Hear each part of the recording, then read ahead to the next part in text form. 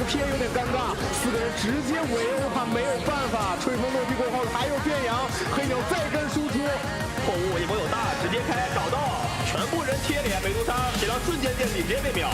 正当此刻，他后面还在往前追，血接黑鸟再次击杀，地之后被残银吸住，写到瞬间见底，立马倒了。残银吸住，黑鸟给羊，这把有危险，买活死吗？买活死。 SK 咬大，接上一剑有机会，两个人全中了，今天杀对方谁？推了一下，布拉德还是死了。这波就找美杜莎，残一加上穿刺已经没蓝了，那感觉走不了了。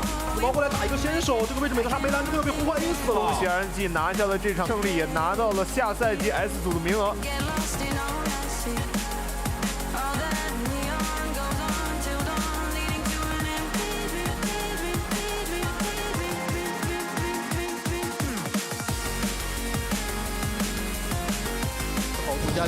超级跳刀过来一波突如其来的大招，先把小黑盾打出来，这里还空插了小黑，出来之后再被羊拉住小黑连死2次，然后选择买活小强，这波是一个地保，看这波谜团大招拉住后面的一个小黑 SF 摇出大招，再找后面的一个剑圣，剑圣也被秒。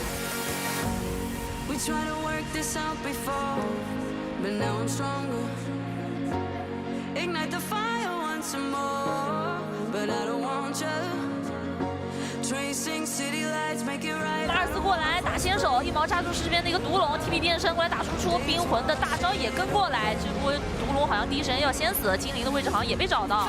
精灵毒龙阵亡，精灵是选择买活，白牛赶紧冲过来，女王大招也甩过了，白牛大招小 TP 换血换出来了。隐身符摇大招，1炮2炮，一下3炮，非常完美。 追下来，首先被先手好像要直接被秒掉了，羊这边没有开出大招，直接上了，这一炮伤害差点秒了 DP， 还有水球补了出来。但是 DP 是一个超级残血，能吸回来吗？飓风吹袭自己，2个误触吸回来，漂亮的勾引，但是石灵剑士的残局滚 ，DP 能不能活下来？被撞晕了，但是又被弹上了高光。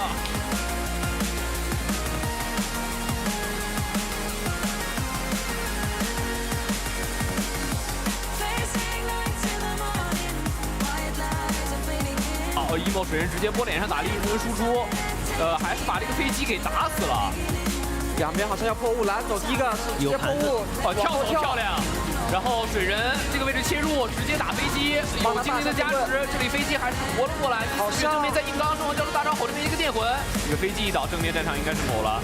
后面烂扬到了死亡先知，大招插起来配合紫毛切入，死亡先知被残银吸，紫毛伤害全部打满，死亡先知又是被秒，埋不活。然后这样的话，海明也是接连倒下，骷髅王交第一条命，喜兰应该被5个人围殴。对，小白又是在外面只能看进不去。这样阿 Sir 也是打出了激进，我们恭喜 IG 战队啊，击败了阿 Sir， 还是保住了自己中国区第1的这个位置。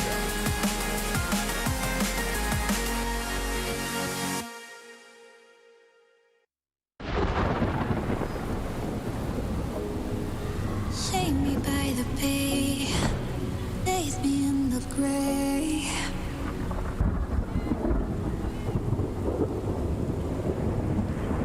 Tear away my skin, see me from within. Waterborne, I'm rain, thunder, ocean born.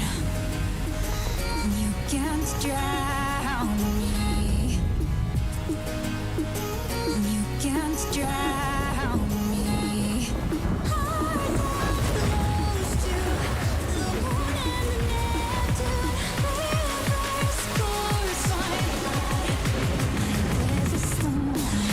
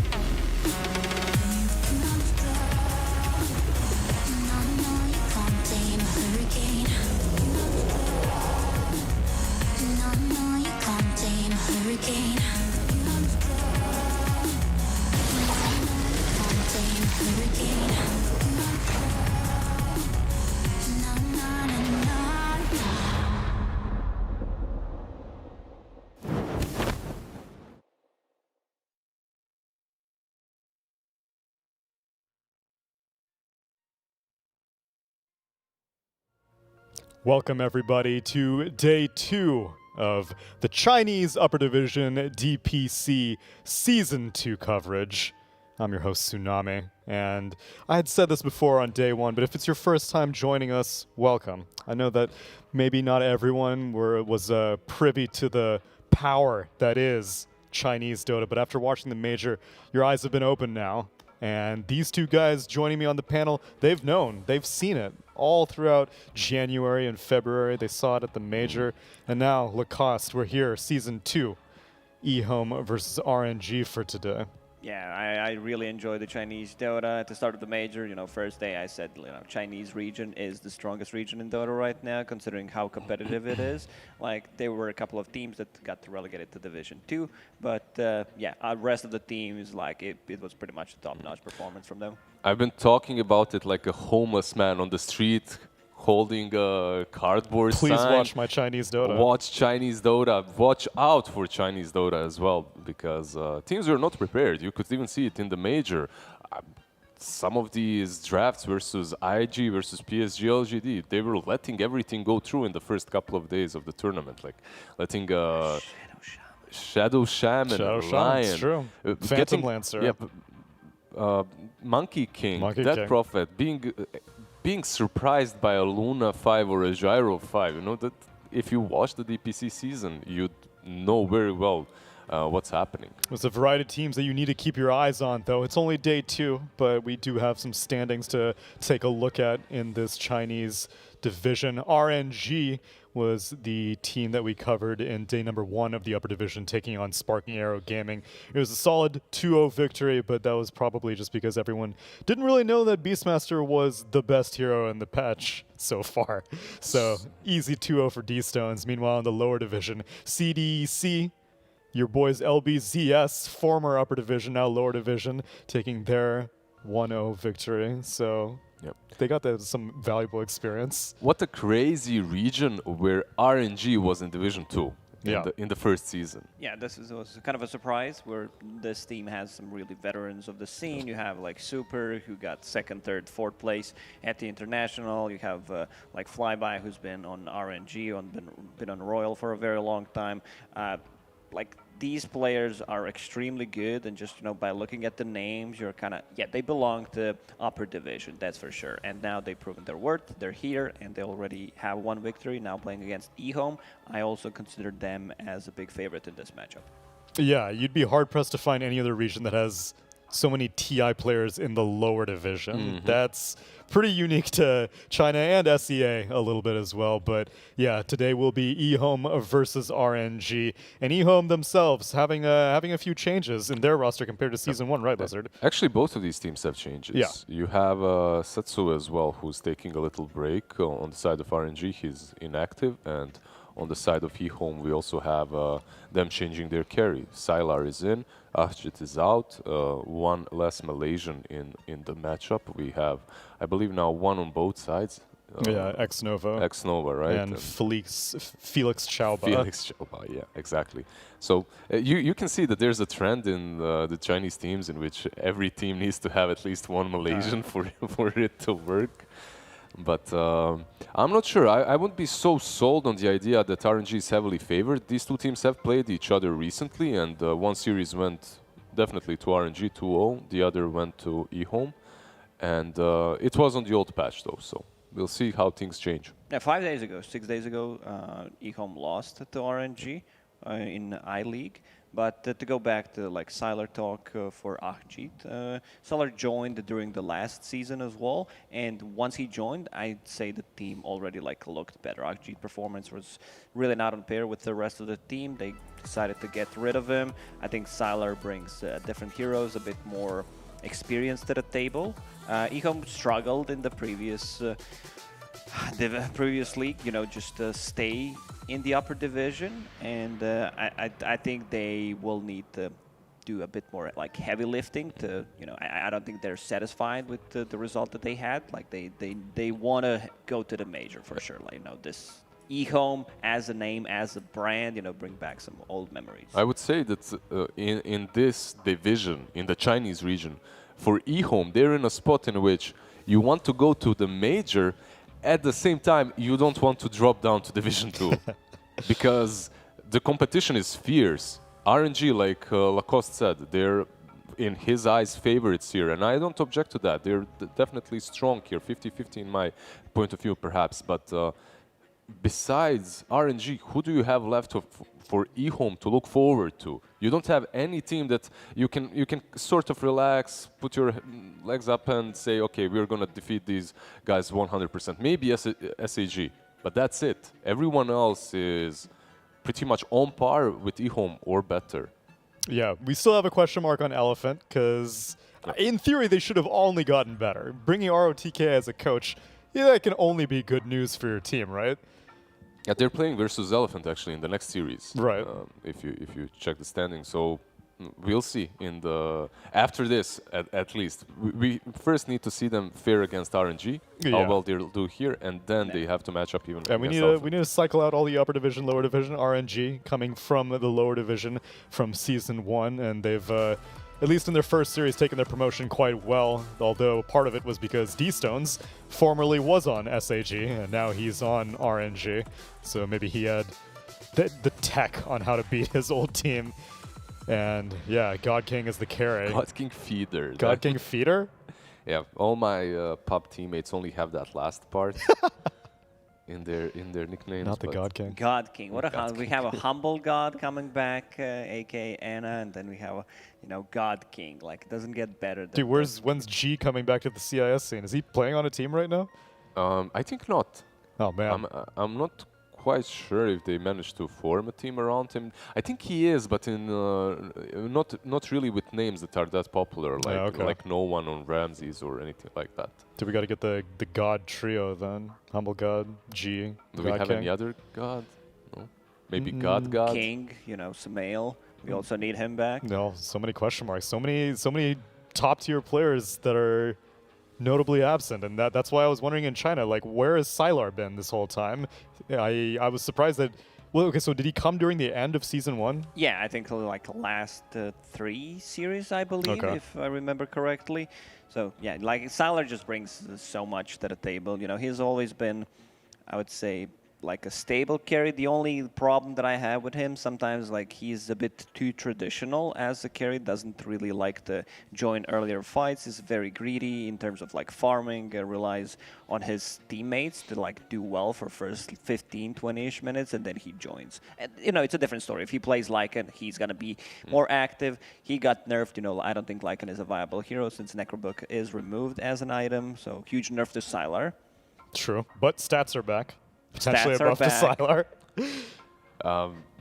Are you sad about Necros being removed and Lycan being dumpstered? Not at all. Like, it was just a weird item where you deward everything, you set it on the supports, like supports, they don't have any kind of escape mechanism, like let's say AA, Bane. Like, what are they gonna do? Like, you can't itemize, you buy a Ghost Scepter, it gets purged off, you're like, whatever. My favorite part of the first 2 days after the patch hit is playing against Lycans. Like, they didn't know. They didn't know. It's like it hit them in a different way. They were trying to adapt, The patch hit, no Necros. They're like, don't worry, I'm going to buy Helm of Dominator, Solar Crest, something. No. Doesn't work. Doesn't work, boy. Well, I saw you playing some Dazzle. What's your build on Dazzle now? Because I see all these core Dazzles in Southeast Asia. They don't know what to do either. They're used to building Necrobook, and they're like, oh, my hero got buffed. Maybe I'll give it a shot. Then they build this Midas Octarine business, and they're like, wait, I don't deal any damage. Yeah, I'm not really sure. Core Dazzle definitely is an option, but I'm not really sure how to itemize it at the moment. But what's crazy is you have this bait of talent tree list in which Dazzle has like plus 50 damage on level 10, and then you get on 15 plus 60 attack speed, which kind of baits you into the Dazzleator. Dazzleator, baby. But no, probably that's not the option. Greaves utility plus the shard looks pretty solid. If you are a core, getting that shard and utility for your team is probably. Yeah, we've seen a couple of Dazzles being played from the mid lane, I believe. In SCA, right? Yeah, in SCA he lost all the games. Yep. It feels good, first couple of minutes you just completely bully him out of the lane, he can't come, and then you're like, well, what do I do with all this space? What do I do with all this gold? They invest into Midas, you get the Greaves, but you become more of a utility, so this is my problem with the hero. You don't really scale. Yeah, like at one certain point, you're going to hit that peak. It's annoying to play against. Even though I thought Axe was kind of a dead hero, we might see him as a response to possible dazzles. Okay. I've seen a couple of Axe picks yesterday. I believe it was Gambit who picked it 2 times. I don't find the hero strong at all. He was not picked at all during the last major. So kind of surprised that he also didn't get any real buffs. His shard got buff, but that's it. Like, you still need to play first 20 minutes without getting the shard. I don't think you even get the shard on a hero, to be honest. By the way, last night there was another mini patch. If you guys Yeah, missed another it. Dawnbreaker nerf patch. But she needs it. She's a little too good. Although, speaking of new heroes in Captain's Mode, Hoodwink, where's she at? I think she'd be a 4 position, as we can take a look at the 2 4 positions, but notably absent. I think I saw her in 1 South American team, and that's it. She's not being banned at all, and I don't know, just the question marks all around. Look, there are players that considered hero to be broken, but I really don't see it. I don't think the hero was broken under the right circumstances, overpowered in the right games, but those games are very scarce. And I think it's one of those confirmation biases in which you feel that the hero is strong and then you lose to it in the perfect matchup, you know, and it kind of confirms what you're thinking, but it doesn't necessarily have to be the truth. Yeah, the hero kind of feels weak. Like compared to, let's say, Dawnbreaker, the new hero, where the hero is extremely strong, you have like so much strength gain, you have a lot of armor compared to the Squirrel, where like you're literally, someone gets on top of you, you're straight up dead. Like you're really weak. I don't like this type of a hero. Visage. We have some interesting openings. This is a hero that got a lot of buffs over the last few patches. This is the first one that we've seen, I believe. At least in the China region. I think it was picked in the first division, like in the first season, that is, in the last season. So the buffs are actually pretty big, even though they don't look that much, like 10 mana reducted on the soul assumption, but it means quite a bit. It adds up. It means like 1 more soul assumption in the lane if you're laning on the side lanes like Liquid likes to do. And is there any other hero that has Solar Crest as core of an item as Visage does? Anyone. Now, Solar Crest is one of the best, if not the best item right now, because the build-up is too strong. Like, you get it so early on. You can have like a 10-minute Solar Crest if you're playing a core, someone that builds the Solar Crest as the first item, like Visage, but definitely an item that you need to have where you buff up your carry, like getting him 6 armor, 65 attack speed. Using it just aggressively on Visage. It's just too good. It opens up the Roshan. You have that minus armor coming out. It's just like too good of an item. And one of the things that you always have to look at new items or buffed items is the way they're built. Like, there are all these small build-up items that you use when you're building Solar Crest. Everything is very cheap and easy to build. That's why Falcon Blade was so popular, because you buy all these small items that add up, and you don't really pay a lot for the recipe at all. So it's just too good. Like, you want to have like that extra armor, some mana regen until you get the medallion, then some stats, a bit more move speed, and suddenly you have a full Solar Crest. Even though they did first phase the Visage, eHome already have some answers to it. Like, I like these 2 heroes versus Visage overall, because how do you deal with Visage? You deal with his layers, or you mitigate his damage output. You have Luna to deal with the layers, and then you have Mars to pretty much negate all the damage that's coming from Visage, when it comes to the physical attacks at least. So far, so good for eHome. I don't mind this at all. And Centaur and RNG. This hero should be picked more often now as well. Centaur is just super strong. Like, his ulti got buffed 90 seconds on all levels. They respond with the Mars. Like, this is an old school counter to Centaur where they can't run away from the arena. They go with the Storm Spirit. A bit limited on the stuns, you know. They have Cold Feet, they have Centaur Stomp, Visage Birds, but looks like a good Storm Spirit game. I'm just wondering if this is going to be position like 5-4 Luna type, or it's going to be position 1. I think Luna 1 is very viable considering the changes for the Manta style. We've seen like some Drow Rangers being very popular in some other regions, like Manta style and the ranged heroes. And the Shard as well, and right? the Shard is also completely broken, I would say. You know, attacks 2 times. There's like bounces coming out from the glaives. You apply like Satanic on the first hit. Daedalus can't crit. They go with Davion. Okay. Yeah, but this is a little bit peculiar because Dragonite, Davion versus Storm Spirit, it's not really a bad matchup for Storm overall. No, However, I think it does give you a stun. I think that's mid-Visage. I think they will pair up Dragonite with Ancient Apparition during... so safe lane. At the start of 2020, like this lane was like super popular. I remember the Dota Pit league where Dragonite plus AA were played so much at the safe lane. You use Cold Feet, Itten Dragon Tail, like just to guarantee like 5-second stun on level 3. It's so hard to play into. Yeah, I don't mind that. I don't mind that at all. I do mind the core combination of Visage and Dragonite. I feel like that's a combination that's strong if you can end the game early enough. And if you can brawl it out early enough. Later on, you definitely do fall off.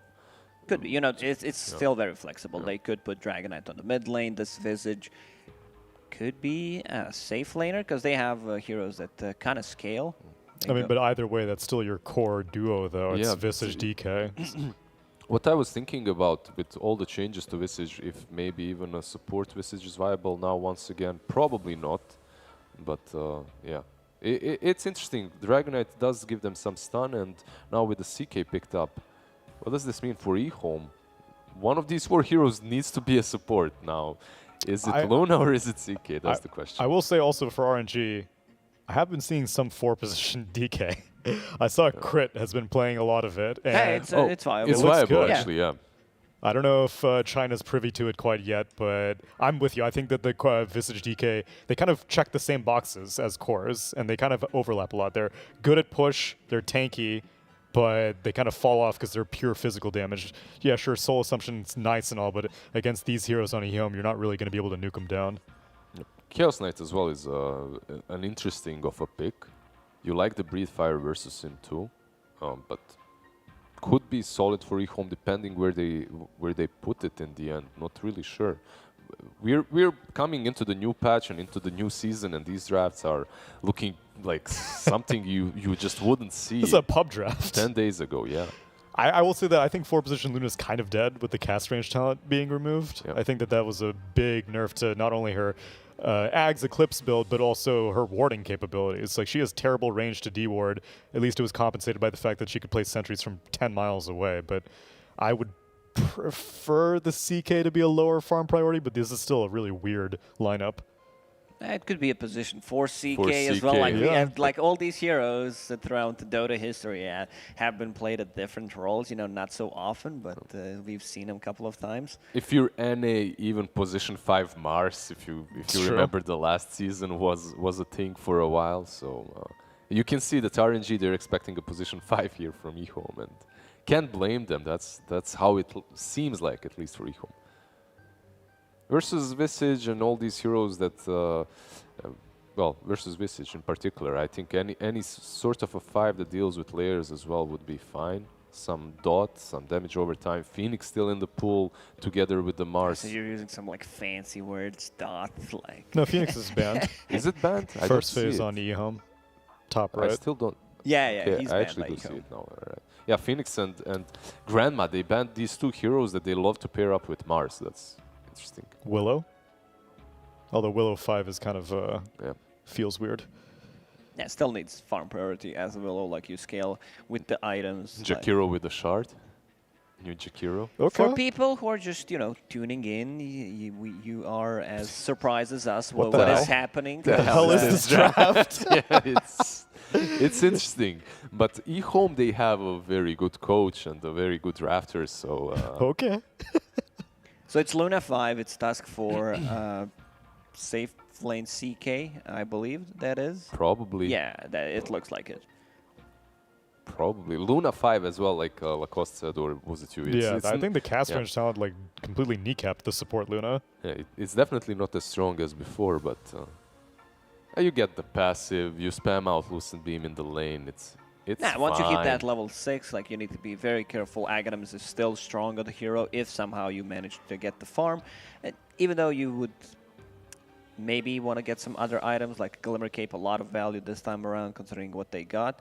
They go with Spectre. I think Spectre is a very underrated hero in this patch. If So it's a 4 Visage actually, yeah. With all the changes, that's what I was thinking about. And this lane, Visage plus Flyby on Centaur can be really dangerous. Right? I like what RNG got. I think Spectre has a ton of potential. We've seen some old Spectre as well in the grand finals of the major. That Spectre can still, you know, rely as a carry when it's needed to. Also, this Visage plus a Centaur lane, it's ton of damage. Double edge into Soul Assumption. Like this, the hero can just completely melt, and I think they have enough to deal with the Storm Spirit. A lot of stuns as well, so I'll go with RNG. Lizard, how about you? Yeah, I'll agree with that. I think that Spectre can carry this unless they fail their lanes super hard. They should be able to take down the CK. They have the Spectre with Dispersion, you have the AA. All these heroes don't really like playing into that. eHome is going a little bit off the wall here, and I think that they're going to take RNG by surprise. I think all these cores being picked, they were like, I don't know who's going to be carrying this game, and CK ends up being the one position, so Sylar hopefully is finding comfort on a Chaos Knight in 7.29, so give me an eHome. Papa. Papa. eHome Tsunami? Give me the eHome. Take me to the eHome. Country well, roads. maybe you should go with All right, RNG. fine. Give me RNG. I see how it is. There's no eHome for you. Why are you hot on Spectre right now? What do you think's so good about her? Oh, the shard is really, really good. I think Spectre has been kind of slept on, even like during the major. I don't think she was picked more than once. No. And yeah, just Black will explain. He's a big Spectre All fan. right, fine. Let's talk to Black, and let's also talk to B-Cop, because it's been a while since we've seen that beautiful face. Look at him. He's there beaming. But we'll talk to Black first. You'll get your time. Yeah. Black, what's up with Spectre? Is she any good right now? Yeah, shot is very good if you get hit by any random spell. No matter from what range, you have about 8 seconds, I believe it was, to just jump on top of that hero, perhaps get a kill, jump back to the illusion. It's a very good shot, very good hero. We have seen it in a great major grand final. Did a lot of work. I like RNG as well. Very good. Yeah. B-Cup, this is you're finally back in your element. You're back in Chinese Dota. Which way are you leaning for this game? So you're kind of new to this, but Teach me. I predict via the gods among me, and my gods were in my coffee this morning. Okay. The coffee beans were laid out in front of me, and they told me to never give up, thus citing to Royal Never Give Up. I'm outnumbered massively, but that's okay. It's a risk I'm willing to take. Let's go into game number 1 of eHome versus RNG with Black and B-Cup. Thank you very much, Tsunami, getting into this game. It's great to be in a new season. I can reuse all those terrible prediction styles. Everybody still remembers them, though. So That's the thing. So, like, do I have to keep coming up with new ones? Yes. Or okay. That was the answer right there. Well, I guess I am out of predictions because I had to go through about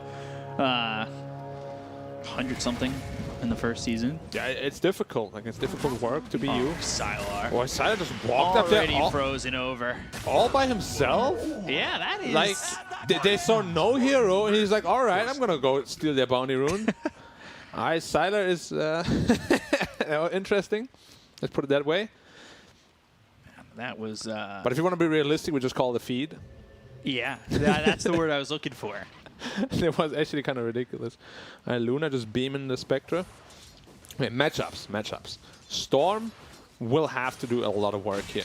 Like, I feel if Storm and CK don't have a fantastic game, they're going to be really lacking in the damage department. Especially once this DK gets his BKB. Visage is going to be very tanky. Centaur is going to get a Hood Vanguard probably. Spectre has Dispersion. Where's the damage going to come from? Ooh, another go inside here. Stun coming out into Sylar as well as Xnova. I think one of the things I'm wondering is how good of a Storm game is this? We saw this a lot in the first season, just games that felt like Storm could do no wrong. Yeah, I mean, Storm is a hero that even though you counter him, if he gets really big, he doesn't care about counters. But this game, they do have answers. They have Blink DK later, Blink Centaur. They have Familiar stuns. They definitely have good ways to deal with him. But the lane against DK is going to be very easy. So I'm expecting him to do very well, probably get a fast Orchid, and get some good rotations going as well. So Chalice is on this Mars as we're taking a look over bottom. And one of the things about Chalice on that Mars, I know in the first season, I'm not sure if he's still doing it, but a lot of the time exclusively he would use the God's Rebuke as he threw the spear, so the target wouldn't go with the spear, and if it hits the tree, it's like that weird interaction, which if like a spell hits the guy who's moving on the spear, he no longer moves forward. Yeah, like you have to spear him into a tree or building still to make that work. Yeah. And I think he still does it. I think a lot of people started doing it as well, simply because you get more auto attacks in. It's a very interesting mechanic. Still don't know if it's intended, but who knows? Yeah, I'm kind of watching to see if that's something that he's going to really, whenever he goes for the spear, try to lock down. Because I know there's like a little room for error, but it's pretty easy to land, like that combination. Yeah, especially if you're confident with your spear, which Chalice definitely is. Still looking to get this bottle. So we're still seeing a lot of off-lane bottles come in from a bunch of these Chinese teams landing the spear out on the God King. But a lot of damage just turned around on Chalice real quick. He doesn't feel confident continuing to go on the Spectre. Yeah, I feel like all these lanes, well, except top lane, there shouldn't be a whole lot of kill threat. Like Spectre is pretty survivable. Maybe if they catch the A out of position, but also vice versa. Spectre A don't really have a lot of damage to kill. Mid lane is just a farm lane. If anyone dies, it should be top. We'll have to see if... Stealing the bounty rune on the Tusk. Of course, there's only one bounty rune now, so stealing a bounty rune is just that much more effective.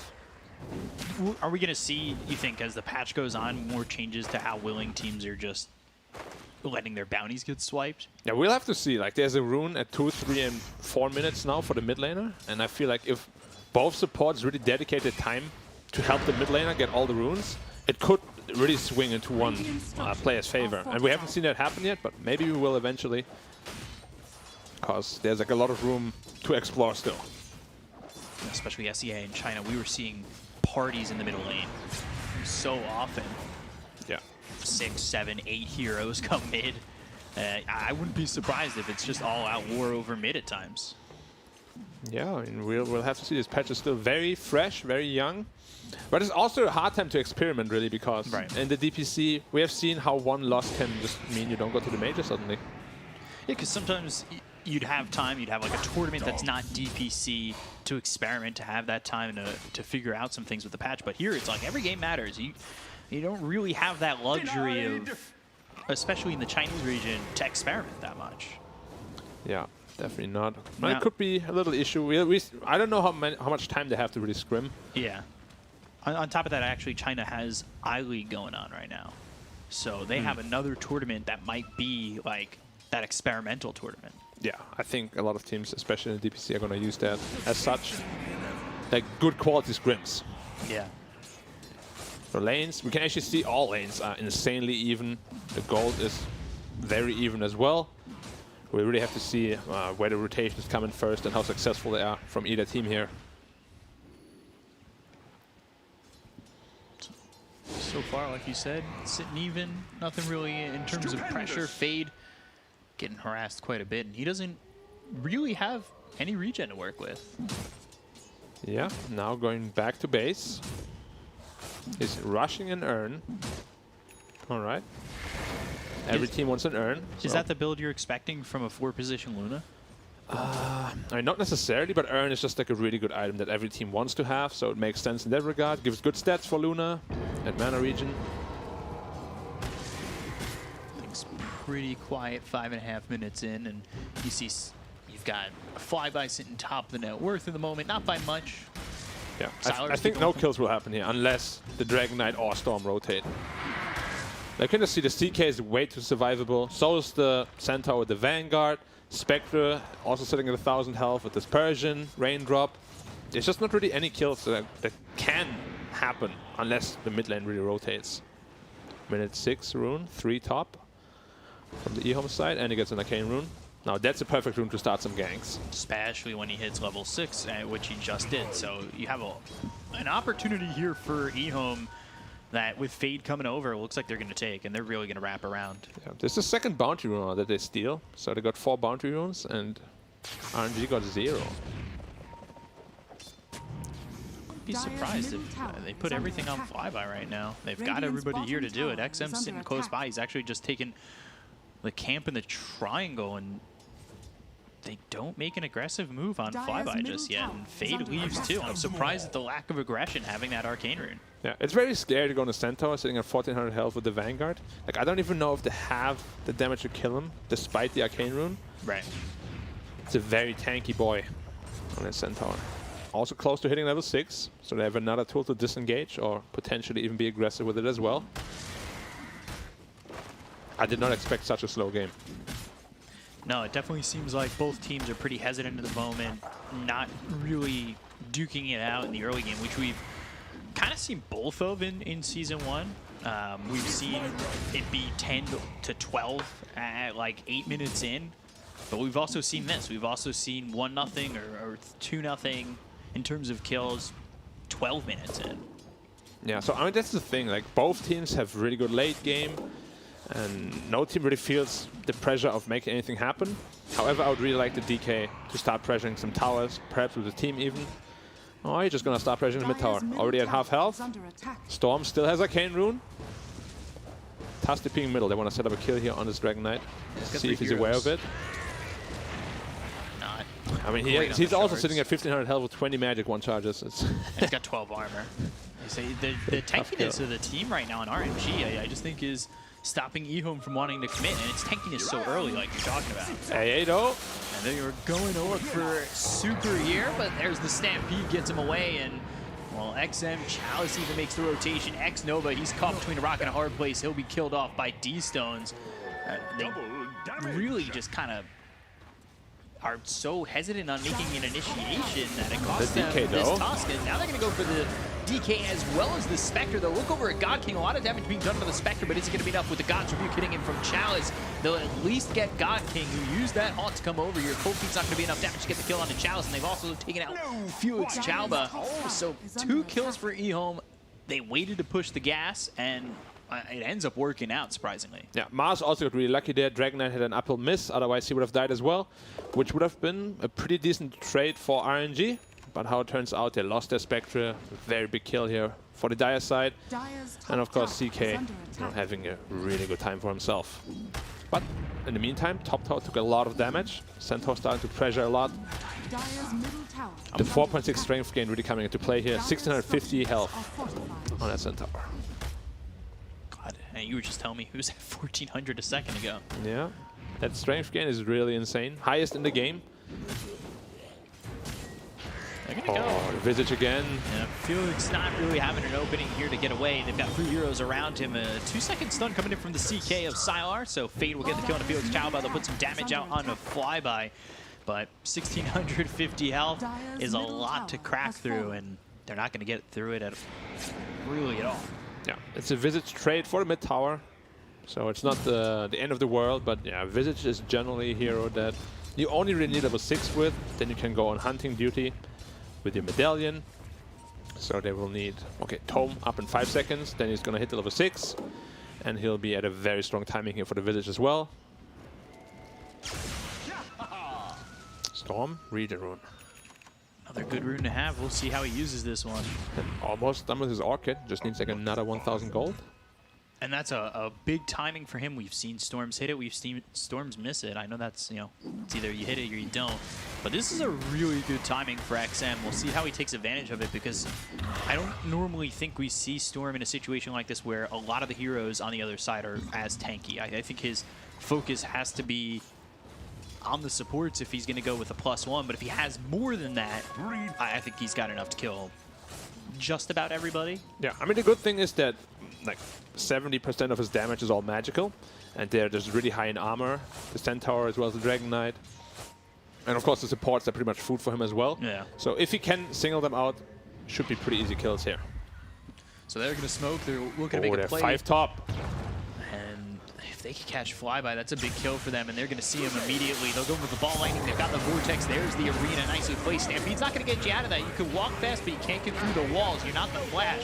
They will catch a kill on a Flyby. They'll look over at Felix Chalba as they use this haunt to try and turn this around. They might even get the kill on Axnova. It's Felix who gets that kill, and now it's a 1-for-1 trade. Things kind of crumbling for eHome. Eclipse comes out from Fee, but it's not going to be enough damage to deter the side of RNG from finishing off this Mars and looking for more. XM as well as Fade are getting chased down. The Cold Feet will freeze over this Luna. They will get that kill on a Fade and take out a third. It is now a positive trade for RNG, who are the ones making the counterattack, and it all goes successfully. Yeah, and they're now looking to get a top tower here on RNG, perhaps. They still have Dragon Knight form. The birds are still there. Yep.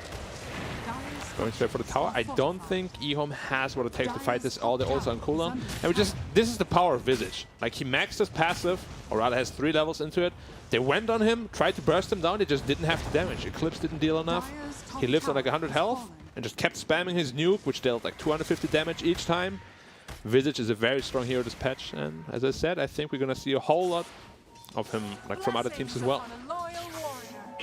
God's going to be really happy about that. I know he loves that hero. Stun here on the Chaos Knight. Ice Blast coming in. Sylar, that stun misses, but maybe, I was going to say, it could have been a good thing because he goes right into the Ice Blast, but they just don't have the follow-up damage. Yeah, a little mistake by Flyby. He over-blinked the Blink Dagger, of course, losing a 1/5 of that range.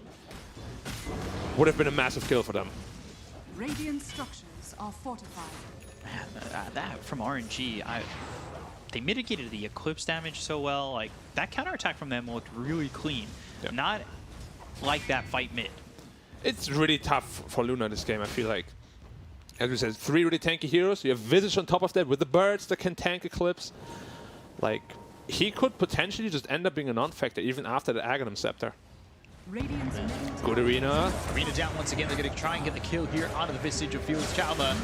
It's a lot to get this kill. He still has the familiars to output some damage and really lock down the side of eHome, which he's done. There was a stun on a 2, and well, they've taken out Super too, so that's 2 kills for eHome. It's both supports who we said are probably the most vulnerable here against this eHome lineup at the moment. Yeah, like if they want to take a good fight, it will have to be either one of the 3 cores in front. I'm surprised also that eHome did not try to kill those Visage birds, because he just resummoned them. Radiant's middle tower He will be pretty useless for 2 minutes. Dragon Knight now finishes Blink Dagger as well, so they have 2 blinks now. It's really time to go. Stop pressuring the Storm a bit. He's having way too good of a game. He's having a good game, but I will say D-Stone's ahead in net worth. He's found himself a good slot on the map to kind of just be farming and stay competitive at the moment. Yeah, definitely. It's just like, you know, when you go Blink Dagger on 2 heroes, it doesn't really give any stats, so you really need to find a favorable position in team fights. Because he can still get blown up quite easily. If he gets singled out by like an Eclipse plus an Orchid, he will just die. Generally, I don't like when like 2 people go for Blink Daggers. Would have much rather like to see BKB first, just so you have like a frontline that can give information to your team, you know. This is the more fragile build, but it can also really yield good results if you can catch a Storm. It's like similar situation to, say, somebody getting a Blink Dagger, I would say Puck Mars being on the same team. Yeah. You want Mars to get that Blink Dagger, he'll have that initiation. That leaves a lot of gold left for the Puck, who doesn't really need that Blink Dagger. Yeah, they're just going to the Witchblade instead. Yeah. We'll see if they can make good use of it. Because if they don't find any pickoffs or kills within like the next 2 or 3 minutes, the other investment would have been much better. Because you scale better, you farm faster. We've seen a lot of DKs go like, not even into the Blink Dagger, they'll go Witchblade or Falcon Blade into BKB right away. Yeah, but that's what I would have liked to see this game too. Just because you're like unkillable. Super much armor, you're spell immune. Just can't die. Another smoke up here. Mars with the Blink Dagger. So that's just good initiation to get that arena down, which we've seen be effective in these fights. Yep, certainly. Kaya now picked up on Storm. Had a massive buff this game, giving now 50% mana regen, counter smoke, Dragon Knight, AA, and Centaur. Whoever they find they'll blow him up instantly. There's so much magic damage. Yeah, the stun into the Ice Blast, even though it's a level 1 Ice Blast, always feels nice. They've got the Silence out on the field. Chaba, they're going to try and get this kill onto the Visage. He'll even commit He's so tanky, the though. Eclipse, and yeah, he's still showing how tanky he is. They'll use the Stampede. They've got the Ice Blast coming down. That's not going to hit on XM, but he doesn't have mana to work with. So one more shot, that'll get the kill. They'll find Fade. That's 2. Again, counterattacks has been the name of the game for RNG. Yeah, and you really can't underestimate the tankiness of a Visage. The level 4 Graveskeeper Cloak really just 80% damage reduction on the first charge. Makes you really tanky. He's sitting at 1200 health as well. A good 12 armor. Gonna see it here again. He just doesn't take damage. Eclipse gets tanked by the Visage Birds and the Creep Wave. He's level 8. He's so tanky against just both the Storm as well as the Luna. Yeah. Usually what's really good against Visage is like a lot of damage instances, like a Darkseer Iron Shell, for example, but they don't have anything like that in this game, other than the Chaos Knight. If Chaos Knight gets on top of Visage, he's gone. And now he's got the Solar Crest on the Visage. And we were talking before we came live here how Solar Crest has just been that every item, or every game item that has so much power. Yeah, it for sure. feels so strong now. It's super good. And he has the Shard queued up next, allowing the main hero to also go into the Stone form, recovering health as well. Dire's middle tower. It's a super good shard. Like, when you're the center focus, you just go into the Stone form, you're invulnerable, you heal up, and suddenly they can't focus you down. Love that shard. It's a bit hard and tricky to use, though. Yeah, you might catch yourself in a iffy bad spot. situation. Yeah. Because you're down as a Stone for quite long. I think 6 seconds. Think about that Solar Crest. It's just, it was a good item before. It's just, it felt too expensive for some of these supports to get. Yeah. I mean, it got tuned down a little bit as well. Like, it was made cheaper, but also a little bit weaker. But it's still like a massive upgrade. 65 attack speed, 6 armor, 10% movement speed. It's a huge buff for any carry. Yeah, for the amount of gold that it became cheaper, 1,150 gold cheaper, 15 attack speed, that's fine. 2 armor, that's fine. And really, the all stats, like, you're a support. You want to just lower the armor. You want to just give the attack speed or raise the armor. Like, I think those 2 things alone justify it. Like, yeah, the stats is great, but I feel like that's even just an extra, right? Yeah, Centaur popped here after the smoke was revealed, but Storm just is zipping out of there. Another botched smoke here from the Radiant. That's the second one. Really not finding any good opportunities. Yeah, they got to be on the counter attack. That's what's working for them right now. Yeah. Dragon Knight about 1,000 gold away from his BKB. Once that's up, I really can't see how he's going to die in his team fights. He's already so tanky already, and it seems like he's pretty survivable up to this point in the engagements that we've seen. Yeah. That being said, though, CK is still sitting at the top of the net worth. He's going to output a ton of damage with a Phantasm. It's going to hurt a lot. Radiant's top tower is I'm under interested to attack. see when we do, in fact, see Sylar kind of get involved. It feels like he's been not too involved. Ice Blast coming in. Hits onto the Tusk. X-Nova goes down. Felix Chaba finds, but God King is the one getting taken out while all this is going on. That is a big issue for RNG, because they were happy with a kill, and then all of a sudden, well, you've lost your Spectre. Yeah. He thought he's really tanky, played it quite cocky up there with 2,000 health. And the Dispersion, but if you get singled out by Luna Eclipse, it's still like 1,500 damage. So getting taken out there by the support and the Storm Spirit. Good rotation there.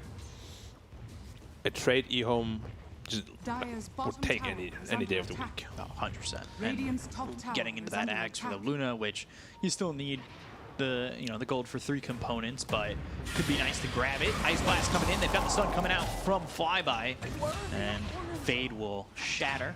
Yeah, he did buy out though, so he didn't lose any gold. And Tusk now 300 gold away from his Blink Dagger. That's really going to be important to save against the Centaur as well as the DK stuns here. Yeah, just gotta get the timing right. Don't blink in too early. You might get stunned yourself, but if you can get that snowball off and get a save here, we've seen the counterattacks from RNG. It could be crucial to have your own counter to the way that they've been playing so far. Definitely. Also, I think we're going to see a lot more Kaya picked up on a lot of these Int heroes. Now giving 50% mana regen amplification. He's sitting at 13.3. Without really a massive mana regen item. Like, he has an Orchid, sure, but other than that, not too much going on there. Massive buff on that item. Love building it on Leshrac. You never run out of mana. And just going straight into the pit. Manta Style finished on Spectre. Still the same old Desolate, man. Pure damage works against Roshan. He dies like a what? Like a shrimp roll. Yeah, an ant, I was thinking maybe. Easily, you just step on him. He's pretty big though. Oh, they're just smoking in, but too late. And I think they're timing. Now they're actually going to find themselves an opportunity to go into the challenge. They'll get the quick kill onto the Mars. The ball lightning as well as the Vortex comes through onto Super, but that's not doing anything. Worst case scenario. Like Roche just died, and then they jump on Chalice. Who's their initiator? This is absolutely the worst case scenario, and maybe force the CK to force BKB. No. No BKB has been forced. So Visage Back does to farm. have that shard ready to go. Yeah. Solar Crest shard. Always nice. Yeah, Visage is a +4 here also that scales really well. Like his level 18 is going to be massive. With items, he scales very well. He's going to get the double nuke at level 15. That's going to deal a ton of damage. It's one of the hardest scaling +4s in the game. And he's going to hit hard. He's also got a great neutral frame to use. Like Grove Bow with it. Like, yeah. I think he's definitely going to, and especially with how hard it is to kill him, it's going to be tough. Ooh, God King getting caught for a second, but the shards are off the mark, and that pushes him away. Could have been an opportunity to take out that Spectre once again. Instead, here comes the counterplay from RNG once more. They're going to chase. They've got the stun. They'll hit it onto the tusk. They'll get the kill. X-Nova a little bit more than he can bite and chew with his mouth in. Yeah, feels like a boxing fight where one guy is just tanking everything, waiting for the other guy to run out of stamina, and then they punch back. Oh, the Storm got caught! Nice micro here by the Visage. Well played. Wow. Yeah, well done. Man, Visage just has so much utility. I absolutely love that here that it got buffed. It's probably going to plague my pipe games though, so I'm not going to be too happy with that. But it's always nice to see some plays like this. You just got to play it yourself. You know, you do Lion mid. You could bring back the Visage mid. Sure. It's probably even less unconventional. I'd be down to see you expand the even bigger range of heroes you play. Yeah, Luna has to be careful here. Although it's just a solo. They're both running away from a solo Visage. It's a +4, guys. Yeah, that's crazy. He's doing a lot of damage. They've got the stun now. They've got the arena out on Felix. They'll use the Eclipse, but he goes into the Stone form. Yeah, so good. They have nothing to kill Felix. He's in there for a long time, so they both get to TP away, but you just used Eclipse. Yeah, I told you, the 6-second Stone form is... It's kind of ridiculous, honestly. Like, you're just out of focus for 6 seconds, allowing your team to catch up. If you use it like this, it was just perfectly done once more. And Luna used Eclipse. Now, her teamfight impact is going to be pretty much non-existent. The cast range talent is gone, so Luna is not as impactful without Eclipse as before. Should be an easy top tower now. I would say the only thing that can make that Stone form even more broken is if you could forcibly take it off. Yeah, but that would be kind of ridiculous, though. Yeah, for 1,400 gold. I wonder if the Storm form of Visage also stuns on impact. Because if it does, you could have played it a little bit better and maybe even cancel a Luna TP, you know? Like to add some salt to the wound. Yeah, it's a one. It's a Stone form on him, right? So yeah, it should stun. So it stuns for a second 25. Yeah. And then the next level is a second and a half. Mm-hmm. You can just stun lock somebody. Familiar. Hero. Or well, probably you first, right? Because after... So like how I usually do it is familiar, resummon, familiar, and then you. That's a good 6-7 second stun. Jeez. Especially if you get an axe. You get an. Oh no, there's not an additional bird anymore. Spectre Haunt. And they're going to use that Haunt. They'll look Easy over at kill. Chalice. Easy kill onto the Mars, like you said. Yeah. And now we come to this part where's the damage gonna come from? Like, eHome is just scared to fight. They're always trying to look for pickoffs, but when they get a chance to find a pickoff, they're just afraid of initiating because they're too tanky. Now knocking on the high ground. And eHome just feels scared. Yeah.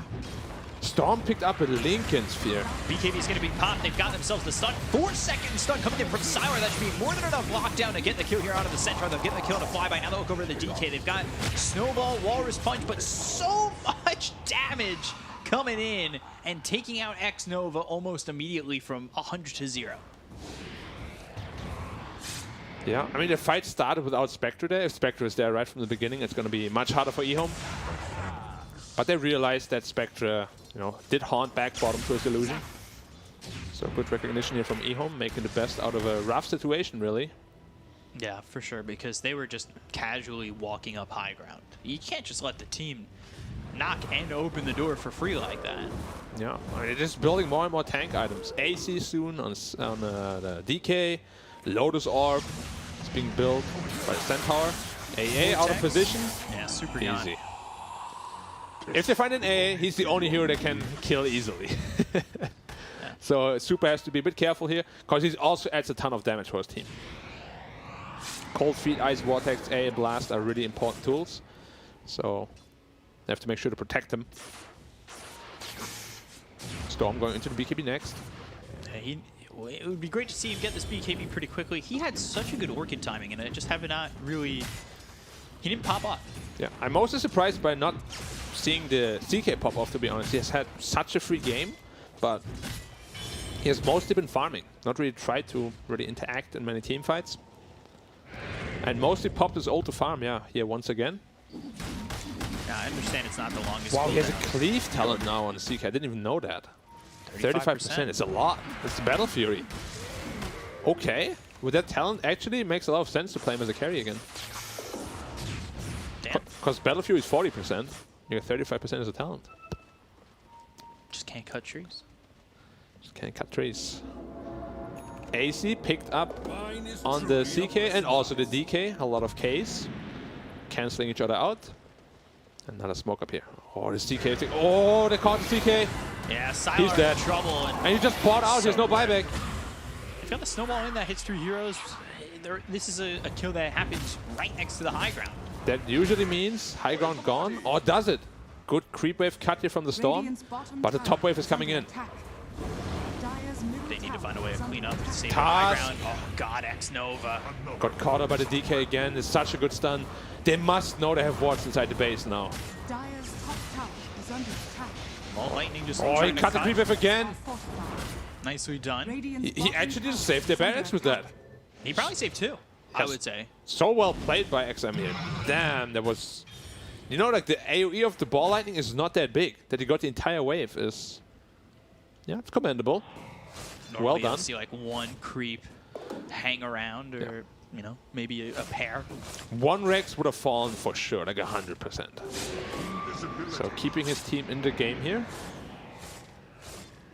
God King now enough gold for the Skadi. Gonna be sitting at 3k health with dispersion. Whew. Centaur getting close to Lotus Orb as well. We spoke about the AC on Dragon Knight already. It's gonna be a whole lot of effective health. Luna though, Aghanim Scepter. But is that enough? He's got the extra cast range thanks to the Psychic Headband. It could deal a lot of damage. Like you put that on a Storm or CK that initiate with a good stun. Pre-BKB, you can blow up this DK. Possibly even the Spectre.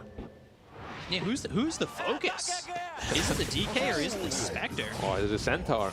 Or the Visage? I mean, yeah, seriously, I mean, they're so tanky. You want to blow up DK? one of these heroes. They're going to look over at the DK. They've got the Eclipse that's coming down, and the raining beams from the sky will take out D-Stones. Dead with no buyback, 70 seconds, and he is nowhere near having the gold for buyback. Yep. And that's the power of the Luna Axe. Roshan 40. And he's up in 60. They don't have like super much Roche damage, but they do have Tag Team. But no Solar Crest. So we'll see if they can take it quick enough. Should still be a relatively quick Roche. Ice Blast coming through into the pit, out of spot Chalice, giving an idea of where they're posturing. Yeah, it's a little scary though against the Visage Birds, AA Blast as well as Spectral Haunt. They could definitely just randomly kill a hero or two. Even the Centaur too, because like that stun's pretty big. You've got people clumped up in the pit. Start off with a stun. Could be a problem. Yeah. I mean, they're just waiting for Roshan now. They know it's going to up soon. It respawns right now, and he just walked into it. Nice. Ooh, who do you give the shard to? Hold that. Spectre They're going to go out. for the Spectre. They've got the arena. The Blade Mail is going to be popped. They have the Snowball coming through on the God King. They're going to try and keep alive this Spectre, but God King low and still going to fall. The rest of RNG are here, but I'm not certain this is going to go well for them. They hit the stun. The Ball Lightning out of the back line's looking over at Super. Look at the Visage XM. damage. He's got control, but I just don't know if it's going to be enough. Like, yeah, if they kill this Ancient Apparition, that's great. But Sylar, no BKB. Sylar, he's by himself. He's trying to TP. The stun is there. They'll get the kill to the CK. So this goes now poorly for eHome, Man, this Visage. who've overstayed. Yeah, this Visage is carrying this team fight. So many stun birds. He stunned a couple of heroes with his own stone form.